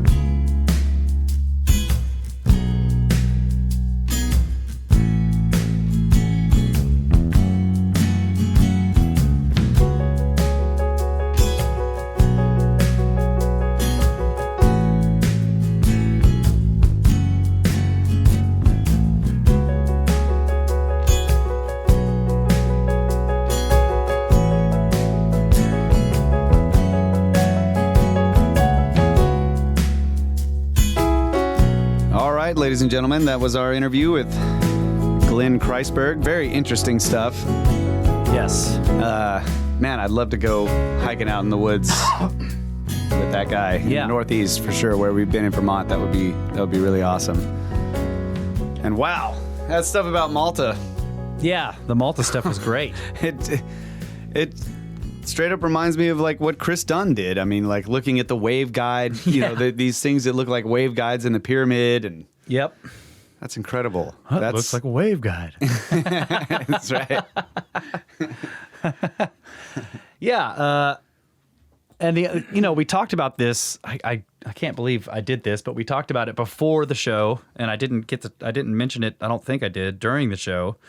Is a monolith that he's recently uncovered, or somebody actually, because he's published the book, so people have been contacting him, hey, I know about this, or, so because so many of these things are on private property that they're not cataloged, or I don't know what the term is. Like, they're not, there's no, people don't know about them. There isn't a record.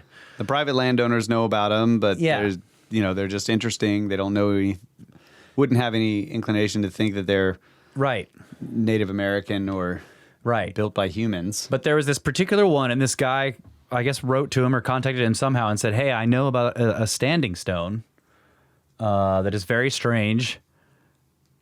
And so Glenn actually, he has a geologist friend who he has described him before as, he's very standard model. And he's very skeptical. Glenn described it as they have this sort of like a joking relationship. They're always giving each other crap. This guy's like, sure, I know you think Atlanteans built all this stuff or whatever. And Glenn's like, well, he said he was giving the guy crap because he's like, well, your mind seems to be opening up a little bit more after 2012, maybe, after the apocalypse. But he said he went up there with that guy, with that geologist guy, to look at this standing stone, because this guy is of the opinion that the quote-unquote dolmens and megaliths or standing stones are actually natural, and mostly glacial formed. So they went up, but they had to go up, pretty high to find this one. And number one, he said it's like 12 feet tall and 8 feet wide, and the front flat face of it has all these visible fossils in it. Now if you don't know what you're looking at, you won't know that they're fossils. But Glenn said that he sent a couple of pictures of it to a couple of other geologists, and one of them was like, yeah, those are, or maybe it was this guy that he took up there with him. That guy was like, it's a particular kind of fossil from the first known tree. So it's like 550 million years old. Wow. Or whatever. That's the date it's given, like the first recognizable tree. And he said it's a kind of it looks more like a palm frond than the trees we have now. But he was like, yeah, it's a recognizable tree structure rather than a fern or something. Very, very ancient. And this thing has stood up. And when they got up there, he said that the geologist guy was like, okay, at the area we're at, the elevation up in the mountains here, the ice never got here. It filled the valleys. But up here, and so the guy is actually saying, all right, this had to have been stood up by somebody because there's no other known way for this thing to have, the most likely explanation for it to him now is, this could be human because the ice didn't drop this here because there was never any ice here. But where did it come from? Yeah. Did it come from that mountain? Yeah, that's the next thing you want to know is like, where did they get the stone? Yeah. But yeah, there are strange dolmen things that he talks about in his book, that where it's like, there's a big, huge flat one, and it's held up off the ground by multiple other, and they're a different kind of stone. So the one that's up high is enormous and very heavy of one kind of stone, and then there's 3 or 4 columns, I guess, that are sort of holding it off the ground that are made up of a totally different kind of stone. Wow. And they call this a glacial erratic, and he's just like, no, it's not a glacial erratic, And supposedly he's like, if you look at it from if you stand at the right angle, and the angle has to do with this, one of the alignments, the solstice or the sunrise or whatever, it looks like a cat head, the shape of part of the stone. So it's, I don't know. It's very interesting. Don't usually see, well, maybe I don't know enough, but you don't usually see the cat effigies. Yeah. In this part of the world. Yeah, But I he could be does talk wrong about about that. turtle ones a Yeah. lot and serpent ones. You're right. Yeah, but yeah, you don't see jaguars or pumas in this area. But I love the idea of these long lines of structures. And he talks about, he's like, we've been accused of cherry picking because there's like things everywhere. Yeah. And so they're like, if you throw a bunch of marbles on the ground, you can make a line. If you just pick out certain ones, you're like, look how these are all in a straight line. Okay, I'll try that. Yeah. Give it a See. shot. Yeah. Let's see if I can do that with marbles. How long of a straight line can I get? Yeah. But it follows the curve. If you look at it on a map, it follows the curve, and it's a solstice alignment, and it's like hundreds of miles long, Yeah. and goes from large body of water to large body of water, from Long Island all the way up to the Hudson Bay, starting with that Council Rock thing. And so we talked about in the interview, I was like, man, well, maybe it continues past Council Rock and out into the freaking, into the Atlantic there. So I'm thinking about the marble idea, though. When let's try to put myself in the shoes of the people who'd be building these things. Like he was saying, you would build them to mark a feature in the earth, a spring or something like that. Yeah. And that shouldn't end up in any kind of ordered straight line. Yeah, I guess that's right. Solstice alignment type of thing. So yeah, I don't know. And the other really fascinating thing is the idea that some of them are marking magnetic anomalies. Yeah. Like, how did they know they were magnetic anomalies? I guess if you can dowse, maybe you can find those. I don't know enough about that's dowsing. a good point. Yeah, But, if you had a really good pigeon.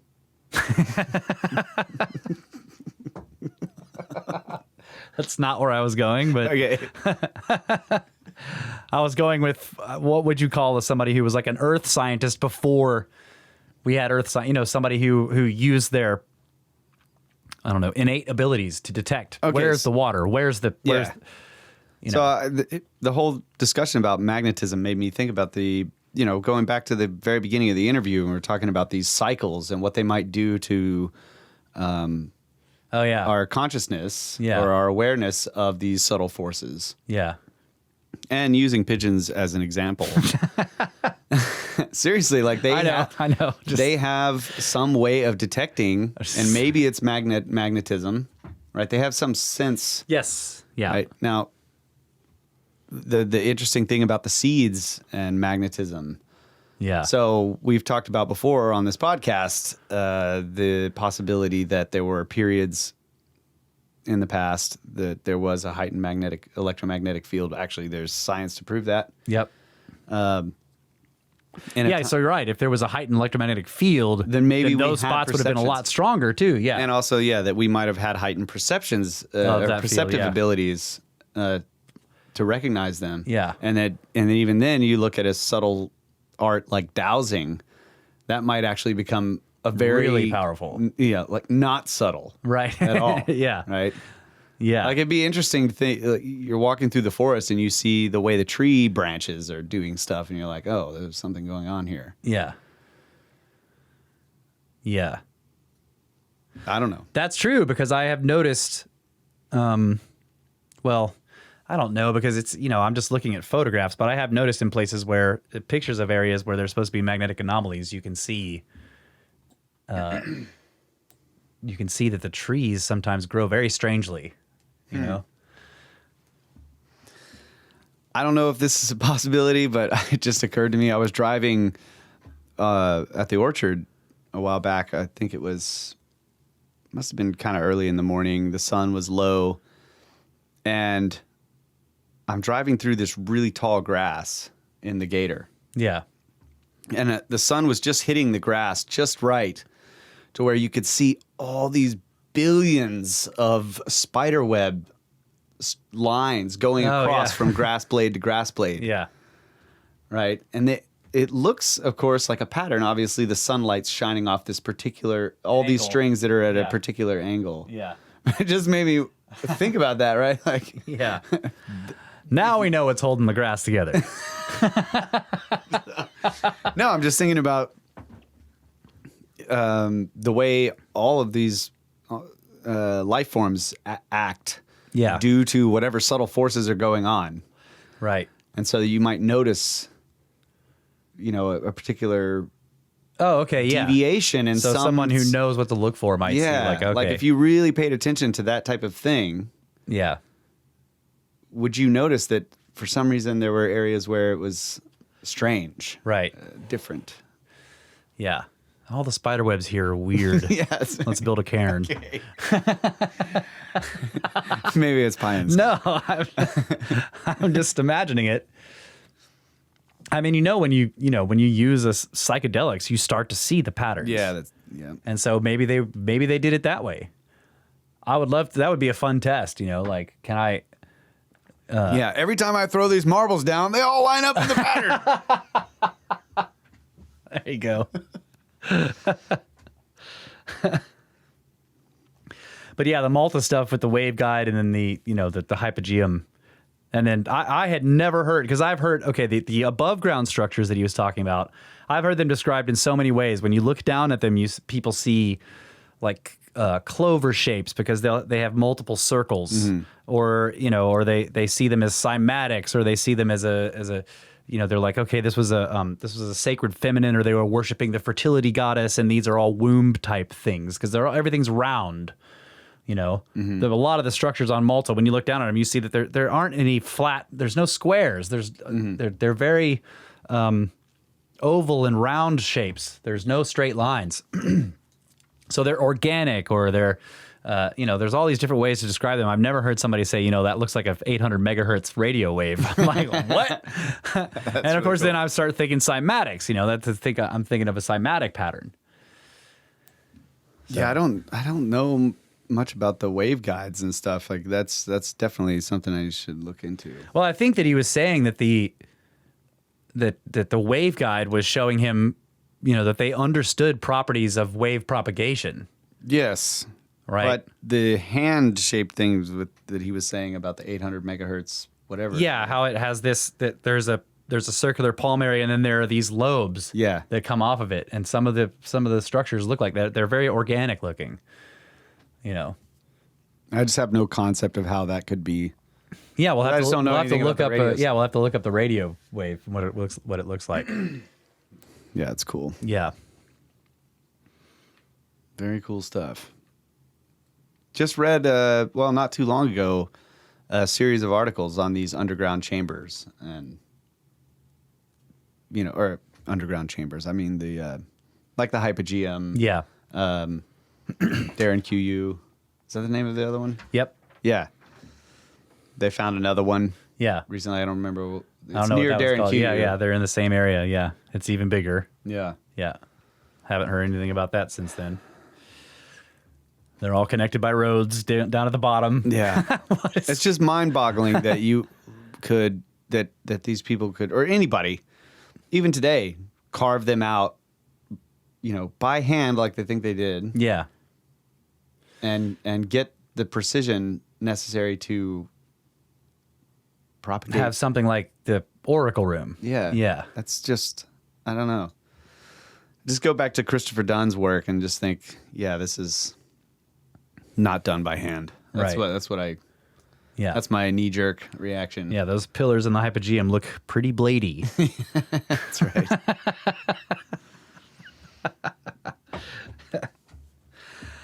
So I know that we have quite a few New England snakes that listen to the show, so maybe you guys can get a hold of his book and maybe get a hold of him and maybe go visit some of these sites that he talks about and give us some reports. Yeah, that'd be great. That would be cool. I know there's a few of them in the Discord that have been going and looking at sites and taking pictures and posting them. So if anybody else is interested who can't get out there and do that, you can hop in the Discord and check it out. Heck yeah. Yeah. All right, guys. Hope you enjoyed that. I did. That was a great interview. Oh, yeah. And we say thanks to Glenn very much for coming on the show. And you guys can get a hold of us, brothersoftheserpent@gmail.com. Go to the website, brothersoftheserpent.com. Check out the encyclopedia and the glossary and the SnakeSkins there. Sign up for the pyramid scheme through Patreon or PayPal. I know everybody's giving us warnings. Patreon's going down. They're getting sued. Well, if that's worrying you, just use PayPal. You can do monthly donations on PayPal. That's right. Many people do. Yeah. Thank you very much for everybody who does. Yeah. So if you're a Patreon supporter and the Patreon stuff is making you nervous, just switch over to the PayPal and do the monthly thing there. We really appreciate it. Give us reviews wherever you can, but especially in the iTunes store. That really helps spread the show. Share the shows wherever you can. Also, follow us on Twitter @SnakeBros with no vowels. That's SNKBRS. Join the Facebook group and the Discord. There is a link to the Discord on the website. So if you go to the website, you look on the menu, it says Discord chat, the Snake Pit, and there's a connect button there. Also, the Library of the Serpent, which is run by Jeff, and I think Tony has just helped him revamp it, so there's a new version of it, and it's mobile friendly. But it has all these books and papers and everything that are in the public domain, so they're free to get, and Jeff has been sourcing them off the internet for a long time now, so there's a huge collection of stuff in there, plus a list of books that we talk about on the show that aren't in the public domain, but with links for you to go purchase them. So thanks very much to him for that. And Jeff also runs the Discord, so as always, endless thanks to people like Jeff who are part of the Value for Value model.